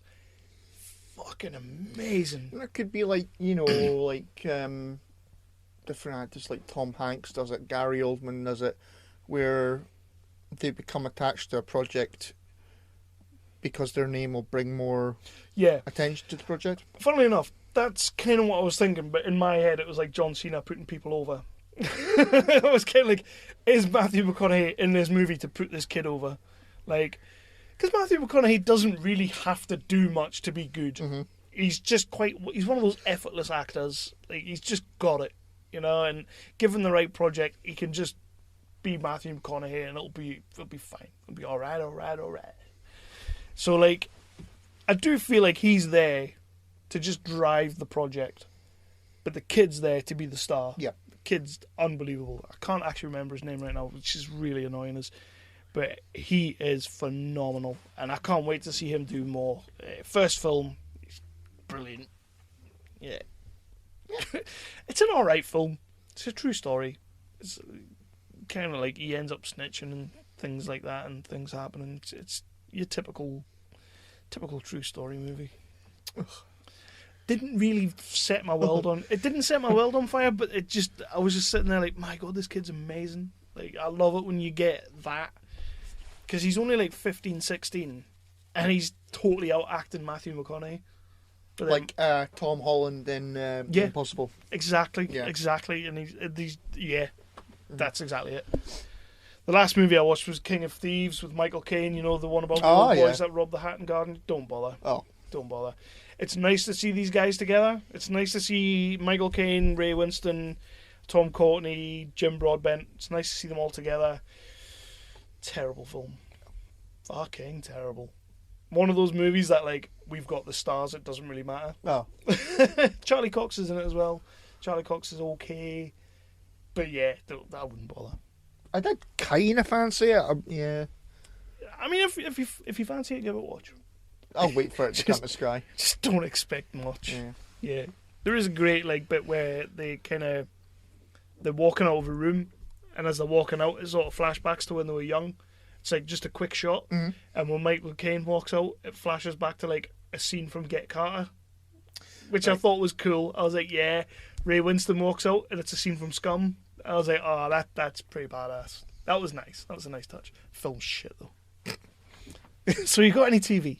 Yeah. Go for it. Yeah, right. So, now, first one. I've been in kind of sort of documentary mode a little bit. So, oh no. No, it's okay. I don't know what that was. First one was, I think, I can't remember what channel it was on. One of the Sky ones. It was 1968, the year that changed the world.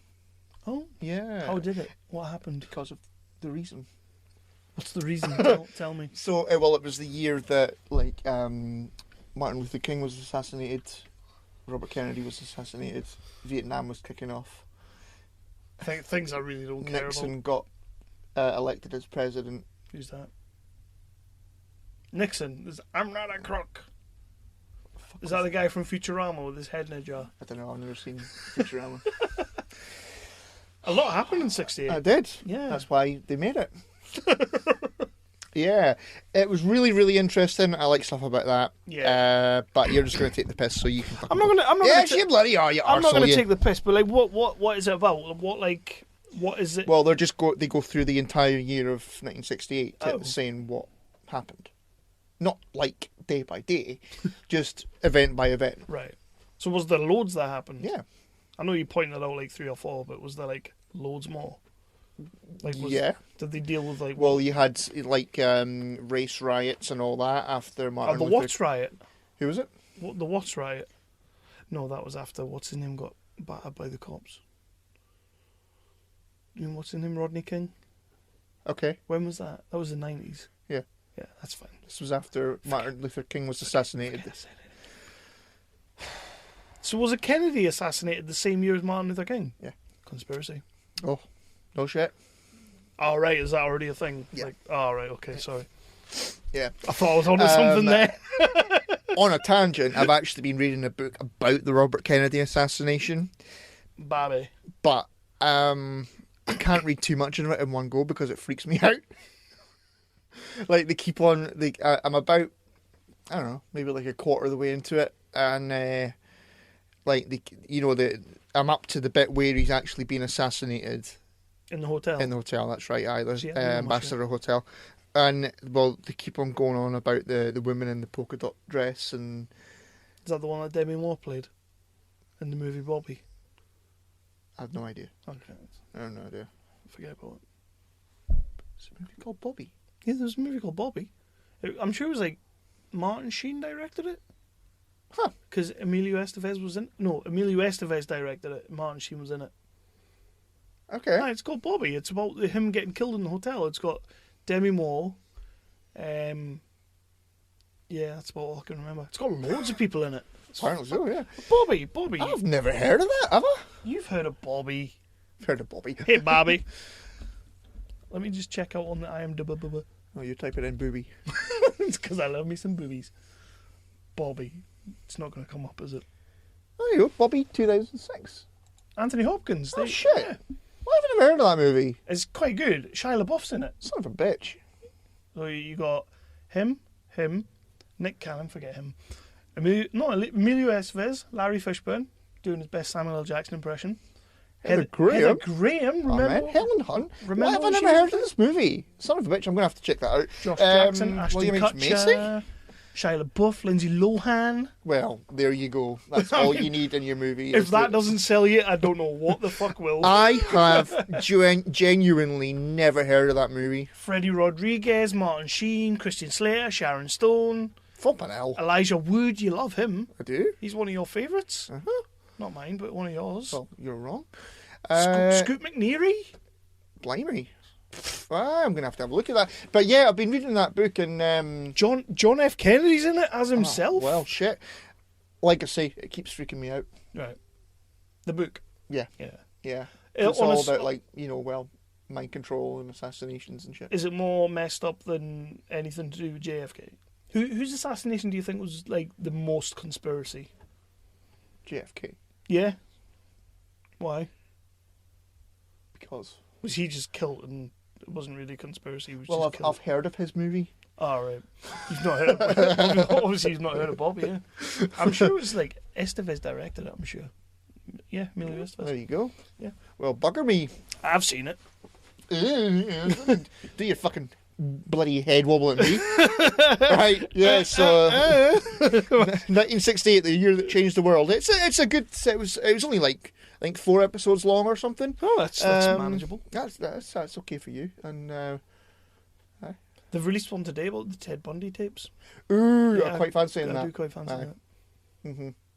Not before bed though. No, never that. I'm watching Mara tonight. Again? No. Yeah. Fuck that. We're watching that with all the lights on. See, that's why I put it on when I got home from work. See, thinking ahead, Kev. I saw the fucking poster on Facebook and I was like, no, I ain't watching that in the dark. So how did it end? 68. How did 68 end? With Nixon being elected. I thought you were going to say the New Year's bells. Missed a trick there. Go. I haven't got much TV-wise. Discovery's back, but I won't talk too much about that. Yeah. I honestly obviously- thought it started tomorrow. You know what pissed me off? You know what? We live in a very, very what do you call it? We live in a horrible time because I can't think of the word, but like binge watching, like binge TV is like I can't think of the word. Think of the word for me. But tell me what you're trying to say. When you're given something all at once, and you love it and you want it all at once, and that's what you wanted, so they give you it. Gratifying. We live in a time anyway where you get binge TV, and Netflix is all about binge TV, and sometimes that's a great thing. In fact, most of the time that's a great thing because then you can watch it at your leisure. Star Trek Discovery is on NBC over in America, so we get it episode week to week. Yeah. And I forgot that.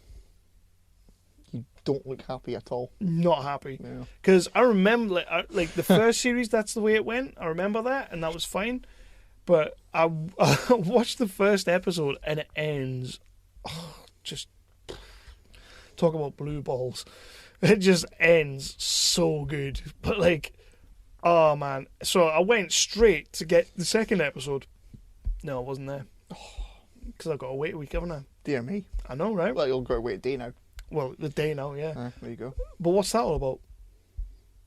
Because TV. Just give me my TV. Give me my binge episodes. Jesus. But this is the problem. Because I was just complaining about binge TV not that long ago, saying that we don't have that sense of watching things together anymore. Like, because a series comes out on Netflix, 12 episodes, 8 to 12 episodes, comes all out in one go. We all watch it in the space of like 3 days. We all talk about it on Twitter and Facebook, and then it's forgotten about until the next series comes out. Whereas much so. Back in the day, we used to Monday or Sunday night. You got 24. 24 days. Let's talk about night, 24. Yeah. Let's talk about 24. You got 24 on a Sunday night. You'd watch it. You'd go to school or you'd go to work the next day, and you'd talk about 24. And you couldn't wait till next week to watch the next episode. I miss that because everybody was, for the most part, watching it at the same pace as you. Whereas I've completed I've binged it like a son of a bitch, and you have watched maybe 2 episodes. Yeah, and so we can't talk about it. Exactly, and it's happening more and more. And then by the time you get to the end of it, because I binged it, I've forgotten most of it. Yeah. Yeah, I know what you mean. I agree completely. It's something that I complain about, the fact that water cooler television is no longer a thing. It's gone. It's fucked. You know, unless you're watching those shitty CW superhero movies. But who's watching them? But last time I can remember that happening, it probably has happened since, but was the Red Wedding. That's the last time I can remember that happening, where everybody was talking about it. Game of Thrones. I can't think of... Yeah. I can't think of another one since that's... We just don't get it had anymore. everybody losing their shit.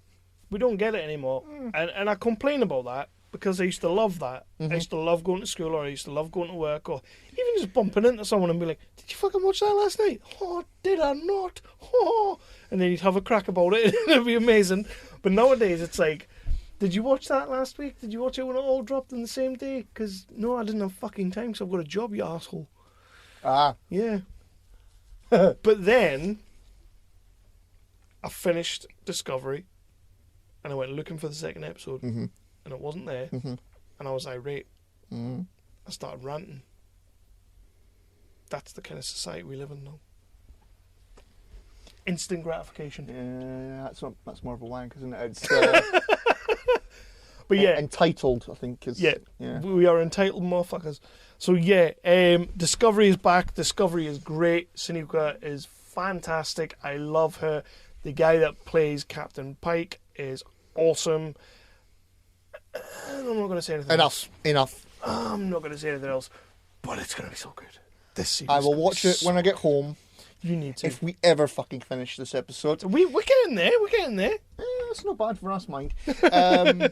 I'll watch it when I get home. What else? I will give you a text and I'll go, shit, did you see that last night? Whatever. Anyway. Don't patronise me. Come on then. Right. next one. This is on Netflix. It's another documentary.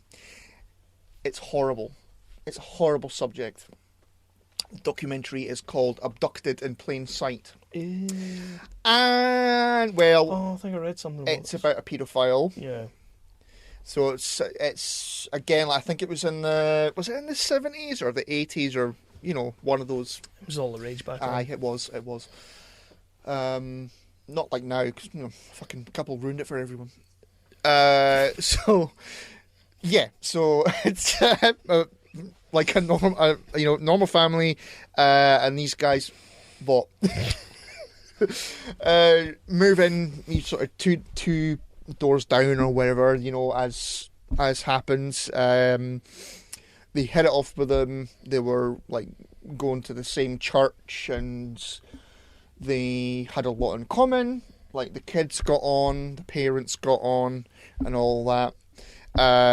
But the bloke took a shine to the youngest girl. Yeah.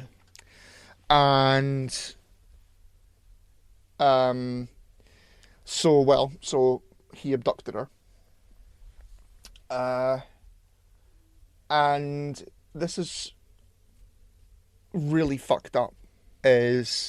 So he abducted her, and she was like, I think she was like 8 years old, or maybe younger. I can't remember off the top of my head exactly how old. It was very, very young though. Yeah. And he convinced her, right? He convinced her that she'd been abducted by aliens, right? And that it was her mission to have a kid. Okay. With him. Yeah. And so they were like, they were on the run. If I picked up the documentary right, he didn't do anything then, because it was all about getting it into her head that this was real, and he did it because she believed that right up until her late teens. And so they found them, and I think they'd gone to Mexico, and they found that the Mexican police got them, and they eventually got her home and all that. But she was still convinced that she had to have a kid with him, because he'd sort of morphed his voice, and he was talking to her as an alien.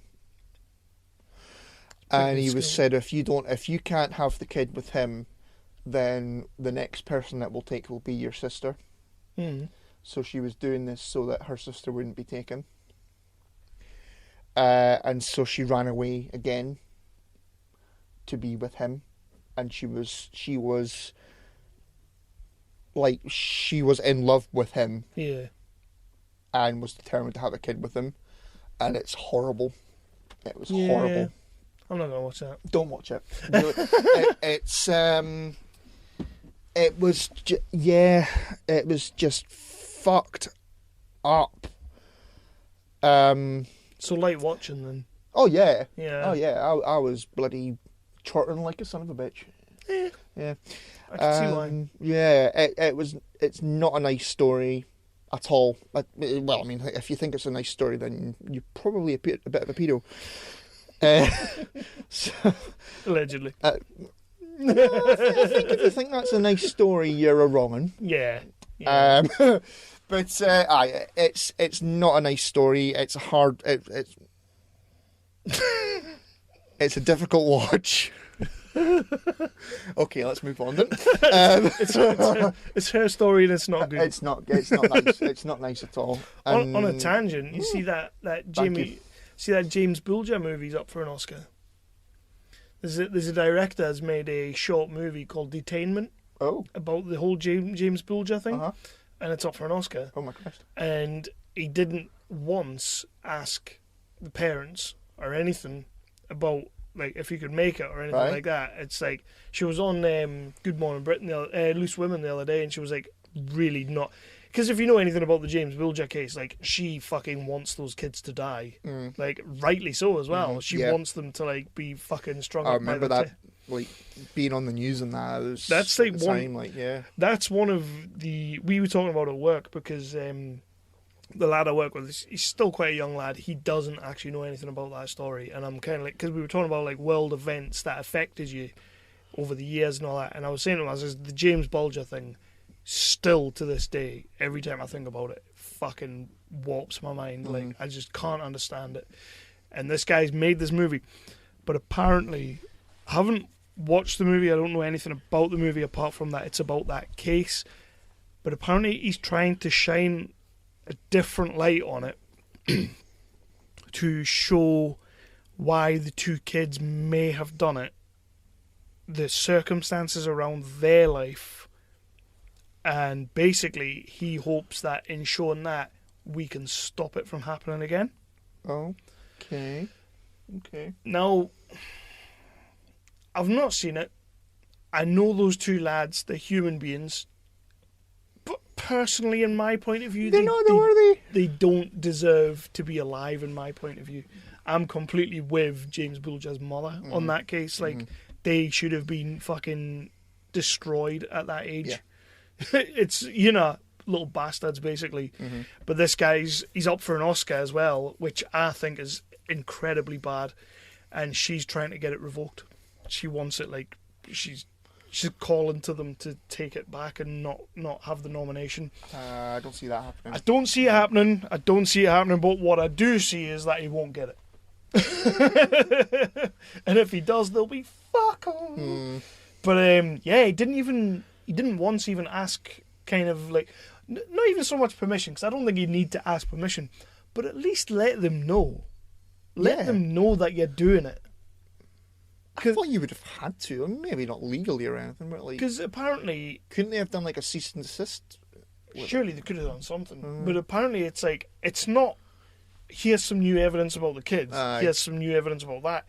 It's a play-by-play of what happened, and there's a kid in the movie playing their son. Right.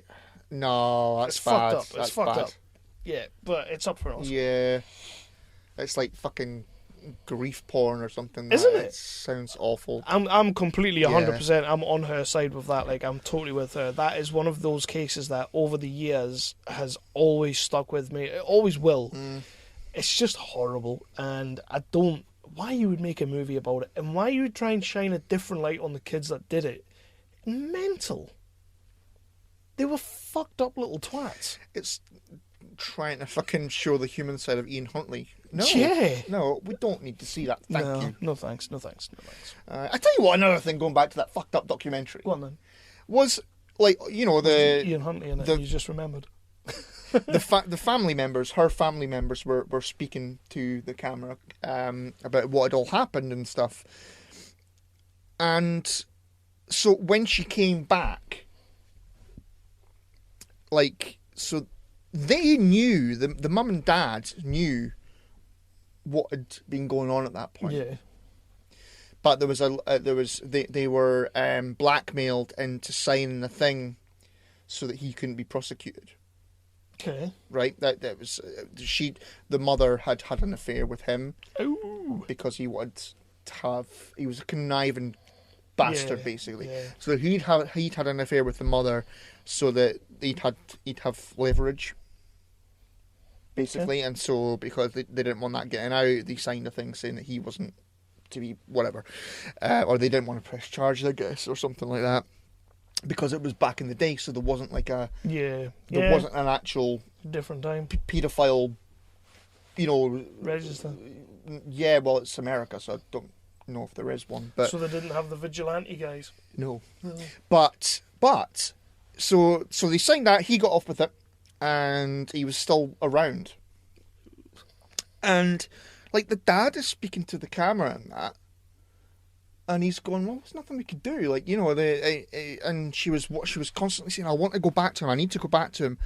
And I was sort of thinking, no, fucking kill the cunt. Yeah. Nobody's gonna pull you up on it. Just do it. Anyway. Yeah. I know what you're saying.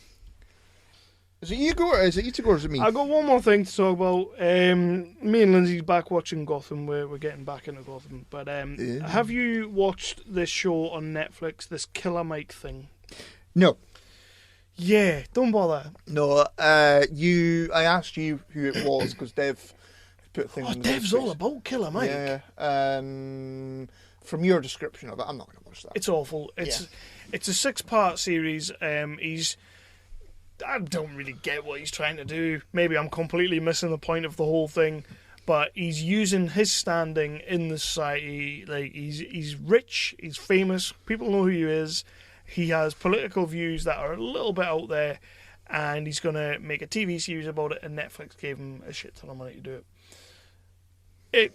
It's just clearly, I don't care what anybody says. I've had people say to me, I don't think it's like that. I think it is completely legit. I think it's all completely staged. Like everything he's doing. Mm-hmm. The first episode, he decides that he's only gonna live black. So he's only gonna buy products from black-owned stores, and those products have to have come from black-owned companies and black-owned farms, black-owned. Everything has to be that because he wants to keep the dollar within the blacks. It's basically what he says. Mm-hmm. Because he brings up this chart, and this was quite interesting, what you were saying. This was quite interesting. It's like the Chinese community keep their money within their community for like, I think it was like 26 days or something. Like the dollar stays within them for like 26 days, and then it feeds out into the whatever. Okay. The whites, it's something like 15 days. And he goes through the different cultures, and then he goes, black people is like 6 hours. So, because apparently black people don't make anything. This is kind of what he's trying to say. So, because he's doing this whole experiment, he can only do that. So, he ends up nearly starving himself because he goes to a town where there's no black-owned restaurants with black-owned staff and black-owned food. You know, and I'm just sitting there and I'm watching it. I'm like, I can see what you're doing here, but fuck me, you're a pretentious bastard. Like, just get over yourself. He's so fucking stupid. Do you ever wonder when Spider-Man goes to the bathroom if the toilet paper sticks to his fingers? Do you ever wonder why Superman wears his underwear outside of his pants? My name is Imran. My name is Anthony. He's the Jock. And he's the Nerd. And we're your hosts for the Jock and Nerd podcast, where we sometimes try to attempt to answer these questions. This is a full spoiler podcast, and we swear a lot. Check it out for awesome geek news, interviews, and comic book reviews. Visit jockandnerd.com. We are your superhero TV, movies, and comic book culture curators. Boom. Jockandnerd.com. Windows 10, fuck Windows 10, fuck Windows 10 all over again. I like that. That's staying in. Thank you very much. So yeah, we're back. Chris, I've had to get you on the Skype because we had some gremlins in the system. We had some technical difficulties, and somehow we completely lost our top 5. Yeah, then my laptop said it didn't want to live. Yeah. So that was awesome. So you quite literally phoning this one in to get the top 5 done. Yay! Yeah. But I have edited the rest of the episode. And it's kind of worked out in our favour because I was in the middle of talking about that Killer Mike pish, and let's be honest, nobody needs to hear about that. Fair enough. So what happened? It just went, Yeah, like it just got to like a certain point in time, and I remember looking at the thing, it was definitely still recording, and it just decided, I'm not going to record any more of what you're saying, fuck you guys. And there's like plenty of room on the thing. The batteries never died because we know the batteries get chewed like there's no tomorrow. But yeah, it just said, no, I've had enough. I don't want to listen to your pish anymore. That makes sense. It does make sense. It's a lot like our listeners, to be fair. Mm-hmm. But so all we lost was the top 5. So we're going to go through our top 5s. We'll probably not take as long as we did the last time, and we'll just get through this. Yeah? Yep, let's go for it. But first of all, mate, I think I deserve a congratulations because my old age, decrepit geriatric team won their first game. I saw that. Yeah, well done. Yeah, we won 4-2. That was awesome. Should have been like 10-0, but I'll take a 4-2. To who? To us, duh. All right. Yeah, I'm super pleased with that. We did well. We should have got a better result, but 4-2's nice. 4-2's great. So let's get on with our top 5 creepy, jump scare, scary movie moments. Yep, let's go for it. See, that worked better last time we did it. Yeah. I will let you start with your number 5. Okay, well, hopefully I can remember what order I put them in. Yeah, I'm the same. Doesn't really matter if not. Nah. I think the number 5 I went with first time was the Blair Witch Project. Yeah, and the very end of the movie when the guy is staring at the wall. Yeah, you didn't like that.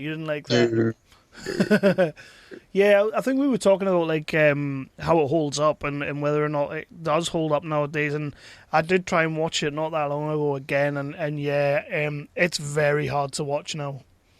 Yeah, I've got no plans to watch it. Yeah, that what's her name? The main chick, Heather O'Donoghue. She is super fucking annoying. Like, I don't remember her being that annoying, but when you watch it now, yeah, very much so. You know, we're speaking about scary movie. I don't know if this was actually in the recording or not, maybe not.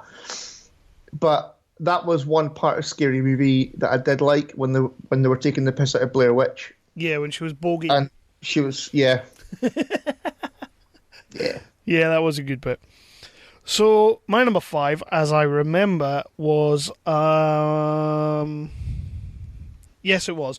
My number 5 was Arachnophobia.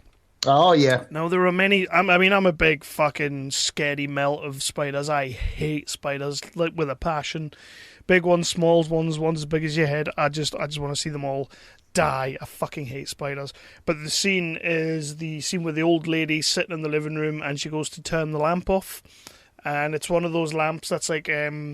It's got a cover over it, sort of like a half bowl cover, and you have to pull the cord. She pulls the cord, spider drops on the hand. I turn it off every fucking time. Cannot get past that part of Arachnophobia. The spider's falling out of the trees at the start, I get away with that. The spider going into the guy's helmet, I kind of get away with that. But every time it falls on that old lady's hand, that's me, I'm done. I'm out, I'm finished. Bless. Have you seen Arachnophobia all the way through? Yeah. I've not. Yeah, maybe once. I'm not really... I prefer 8-legged freaks. See, I don't mind 8-legged freaks because they're really big and they like talk like them, like the little bad guys on Halo. So, I don't know what that is because I've never played Halo, but can you get away with like Harry Potter? I don't like it. Not the spider bit, just in general. Well, Harry Potter is... no, we'll not go there. So the spider bit then, can you get away with the spider bit? I can get away with that sometimes, but it does. Same with Lord of the Rings. I don't like that bit either. You don't like Shelob? I hate Shelob. What's a Shelob? Is that the spider's Shelob. name? Shelob. Yep. She-blob. Fat shaming. Fat we'll cover it all on this. So we're an equal opportunities offender. We definitely are. So you're number 4. My number 4, I think, was... yes, it was It. You'll Float Too. In the basement. You'll Float Too. You'll Float Too. You'll Float Too. Exactly. Yeah, that bit's awesome. That bit is awesome. Looking forward to the second part? Yeah, I am, actually, as it goes. I'm not going to see it in the cinema, though. No. Horror movies aren't made for the cinema. Unless you're taking, like, I don't know, your children. Yeah. Scare the life out of them. Yeah, and you want to put them to bed early and have a quiet night. What could possibly go wrong? Yeah, toughen them up. Tough love. Mm-hmm. Yep. I am the Josef Fritzl of parents. No, wow. No. Wow. I meant with the tough love. Without. Yeah. Yeah. Move on. That's an excellent idea. That's going on the t-shirt. So, my number 4. Next school play. My Christ.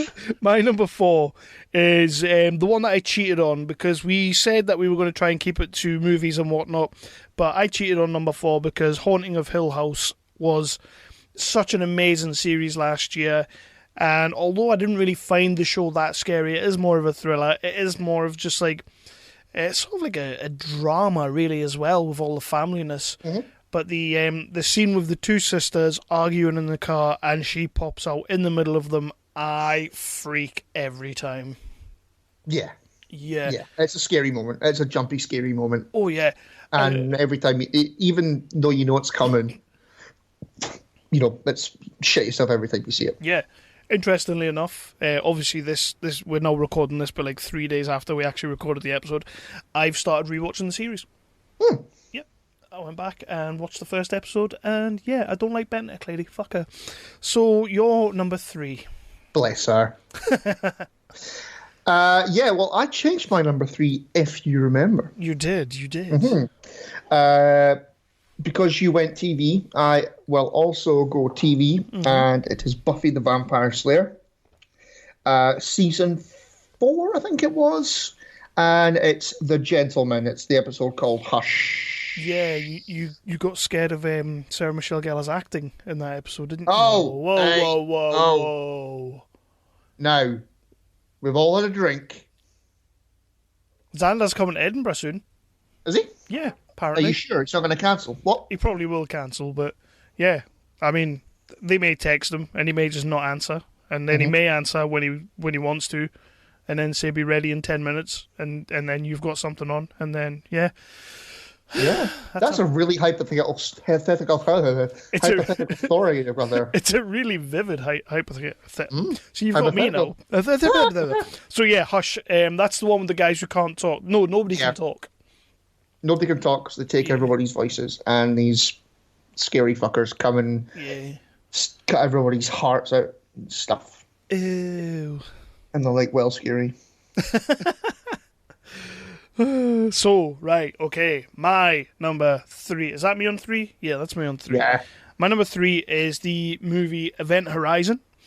The ship in space what went to hell and came back and brought hell with it.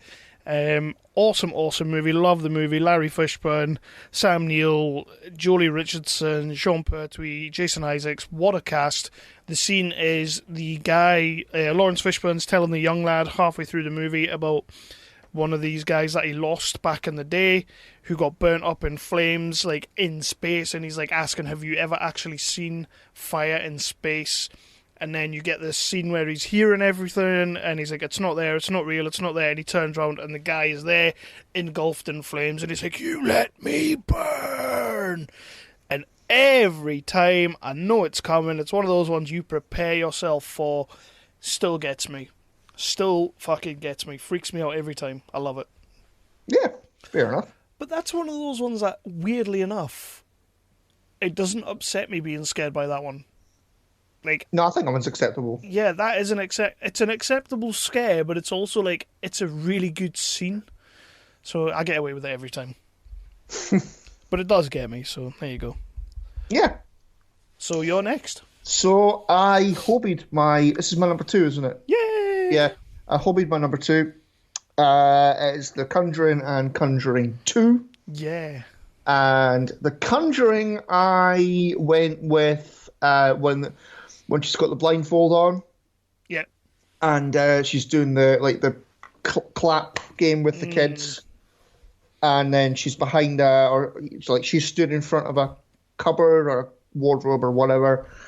And a pair of hands comes out from behind her and goes, clap. Yeah. And exactly like that. And yeah, every time I shit myself at that bit.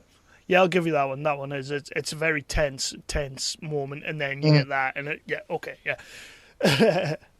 And it's weird the way that one plays out as well, because you're expecting something to happen, but you're not expecting a pair of hands to come out and clap. No. It's a pretty light-hearted ghost, if anything. Yeah, exactly. You'd rather. All it's going to do is clap. Yeah, I mean, I wish all ghosts gave me a round of applause, but they don't. Nah. And The Conjuring 2, I went with the bit where the nun leaves the house. Ah, yes. And her shadow walks across the room. Yeah. And then goes behind the photo, and you see her hands slowly come round the frame, and then it runs it thingy.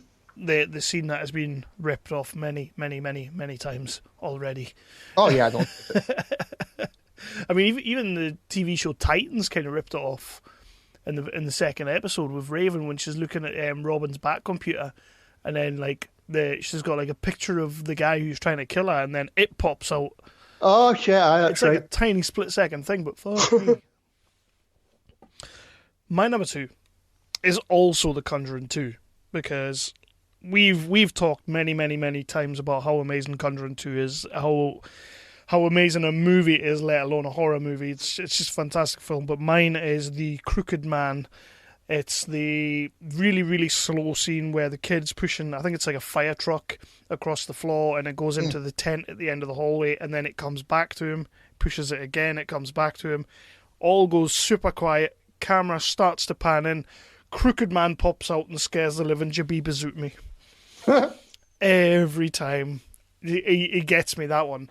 And interestingly, to go along with the rest of this episode, because we talked about Mara, it turns out that the Crooked Man played by Mara. That's right. Yeah. Something else I found out, and I'm sitting there going, yeah, so if it's horror, he played it. Yeah, if it's horror... if it's horror and it's like a tall fella, then he's your man. Like a big lanky, gangly, goggle-eyed freak. Wow. That was an Office quote. Come on. I was going for the Stephen Merchant. I got you. Don't worry. I got you. Yeah, I just wanted to make sure that nobody else took offence at that. Don't want you insulting our guests. Oh, yeah. Our future guests. Well, I would never want to do that now, would I? No. Never that. So, what is your number 1? Yeah, so my number 1... I've mentioned this a lot. It is Halloween 1978. Yeah. There are a couple ones that you could a couple of different ones that you could choose. I went with Jamie Lee Curtis looking out of her bedroom window and Michael Myers is stood in the garden. Yeah. There's also when he comes out from behind the hedge as she's walking. Yeah, that's the one I don't like. Yeah, and when she's in class and he's at the school gate. But I know you said you can't take that scene seriously. Yeah, I can't really anymore because of Scary Movie when he stood there and she's like daydreaming out the window, and then she turns back, and then when she turns back again to look out the window, like in any other horror movie, he's gone, he's disappeared out of nowhere. But in Scary Movie, you actually see him running behind a tree to hide, and it's like, yeah, I can't take any scene like that serious anymore because now I just think that's how they do it. No. Like I used to think Michael Myers. Well, yeah, but I used to think Michael Myers just kind of vanished. Like, as soon as somebody turned around, he like, put on his cloak of invisibility and he was gone. But now, it's like, well, he just ran away. Or, like, they ducked down in the window. No, I think he just walks away all casual, like. Just struts. Mm-hmm. Yeah, I feel like Michael Myers has a strut. I would assume so. Yeah. So yeah, my number 1 really ties in with the rest of the episode because obviously we spoke about Mara earlier. That movie has Craig Conway in it, who we both thought he was great in Mara. We think he's fantastic. He's a guest of the show, previous guest of the show. Really good guy. But this one was Neil Marshall's The Descent with the girls that go cave diving. I don't care who you are. You can love a claustrophobic space, you can love a closed area and all that. You can love cave diving in muckle, eerie caves and shit. Hell, you could even love cave dwellers. If you watch Descent, you are freaking out at this moment. It's the moment in the big cavern when they've got the night vision on and she's kind of looking around all the different girls, comes back across them, and then right behind the main lead character is the fucking cave dweller, scary as shit. Yeah, freaks me out. I just about shat myself the first time I saw that movie. Oh, I did shit myself. Yeah, there was a change of pants necessary on that one. Damn. Yeah, and then like that film is very much like less is more, and they don't really show too much of the beings in the cave till nearer the end. But that was like shit. It's right all up in your face. Don't like it. Don't like when things are up in my face, Chris. You know this. I do. I do. First hand. Yep. So yeah, for me, 100%. As soon as we decided we were going to do this on the because we were talking about Mara, number one had to be The Descent because it just freaks me out that moment. That's a good call. And it's a great bloody film. I've not seen that in a while either. Yeah, I could do a rewatching that one again. Yeah. Maybe just skip that scene. No, you can't do that. Oh, bloody hell. You can't do that. No, I won't do that. I won't do that. Never that. Well, yeah. I guess that's our revised top 5. Yeah, or kind of just reenacted. Are we now in the realm of The Only Way is Essex? We are absolutely fucking not. like they're totally scripted and all of their scenes are just reenactments. Have we now made it into the reenactment territory? No, it's just a one-off. Well, it's not really, because if we remember back in the days of Age of Ultron... Yeah, that was different. Because we lost the whole damn thing. Yeah. And it was like, if we didn't get back in the saddle, would never ever podcast again. I think that's probably what would have happened. Yeah. And now look at us. I know.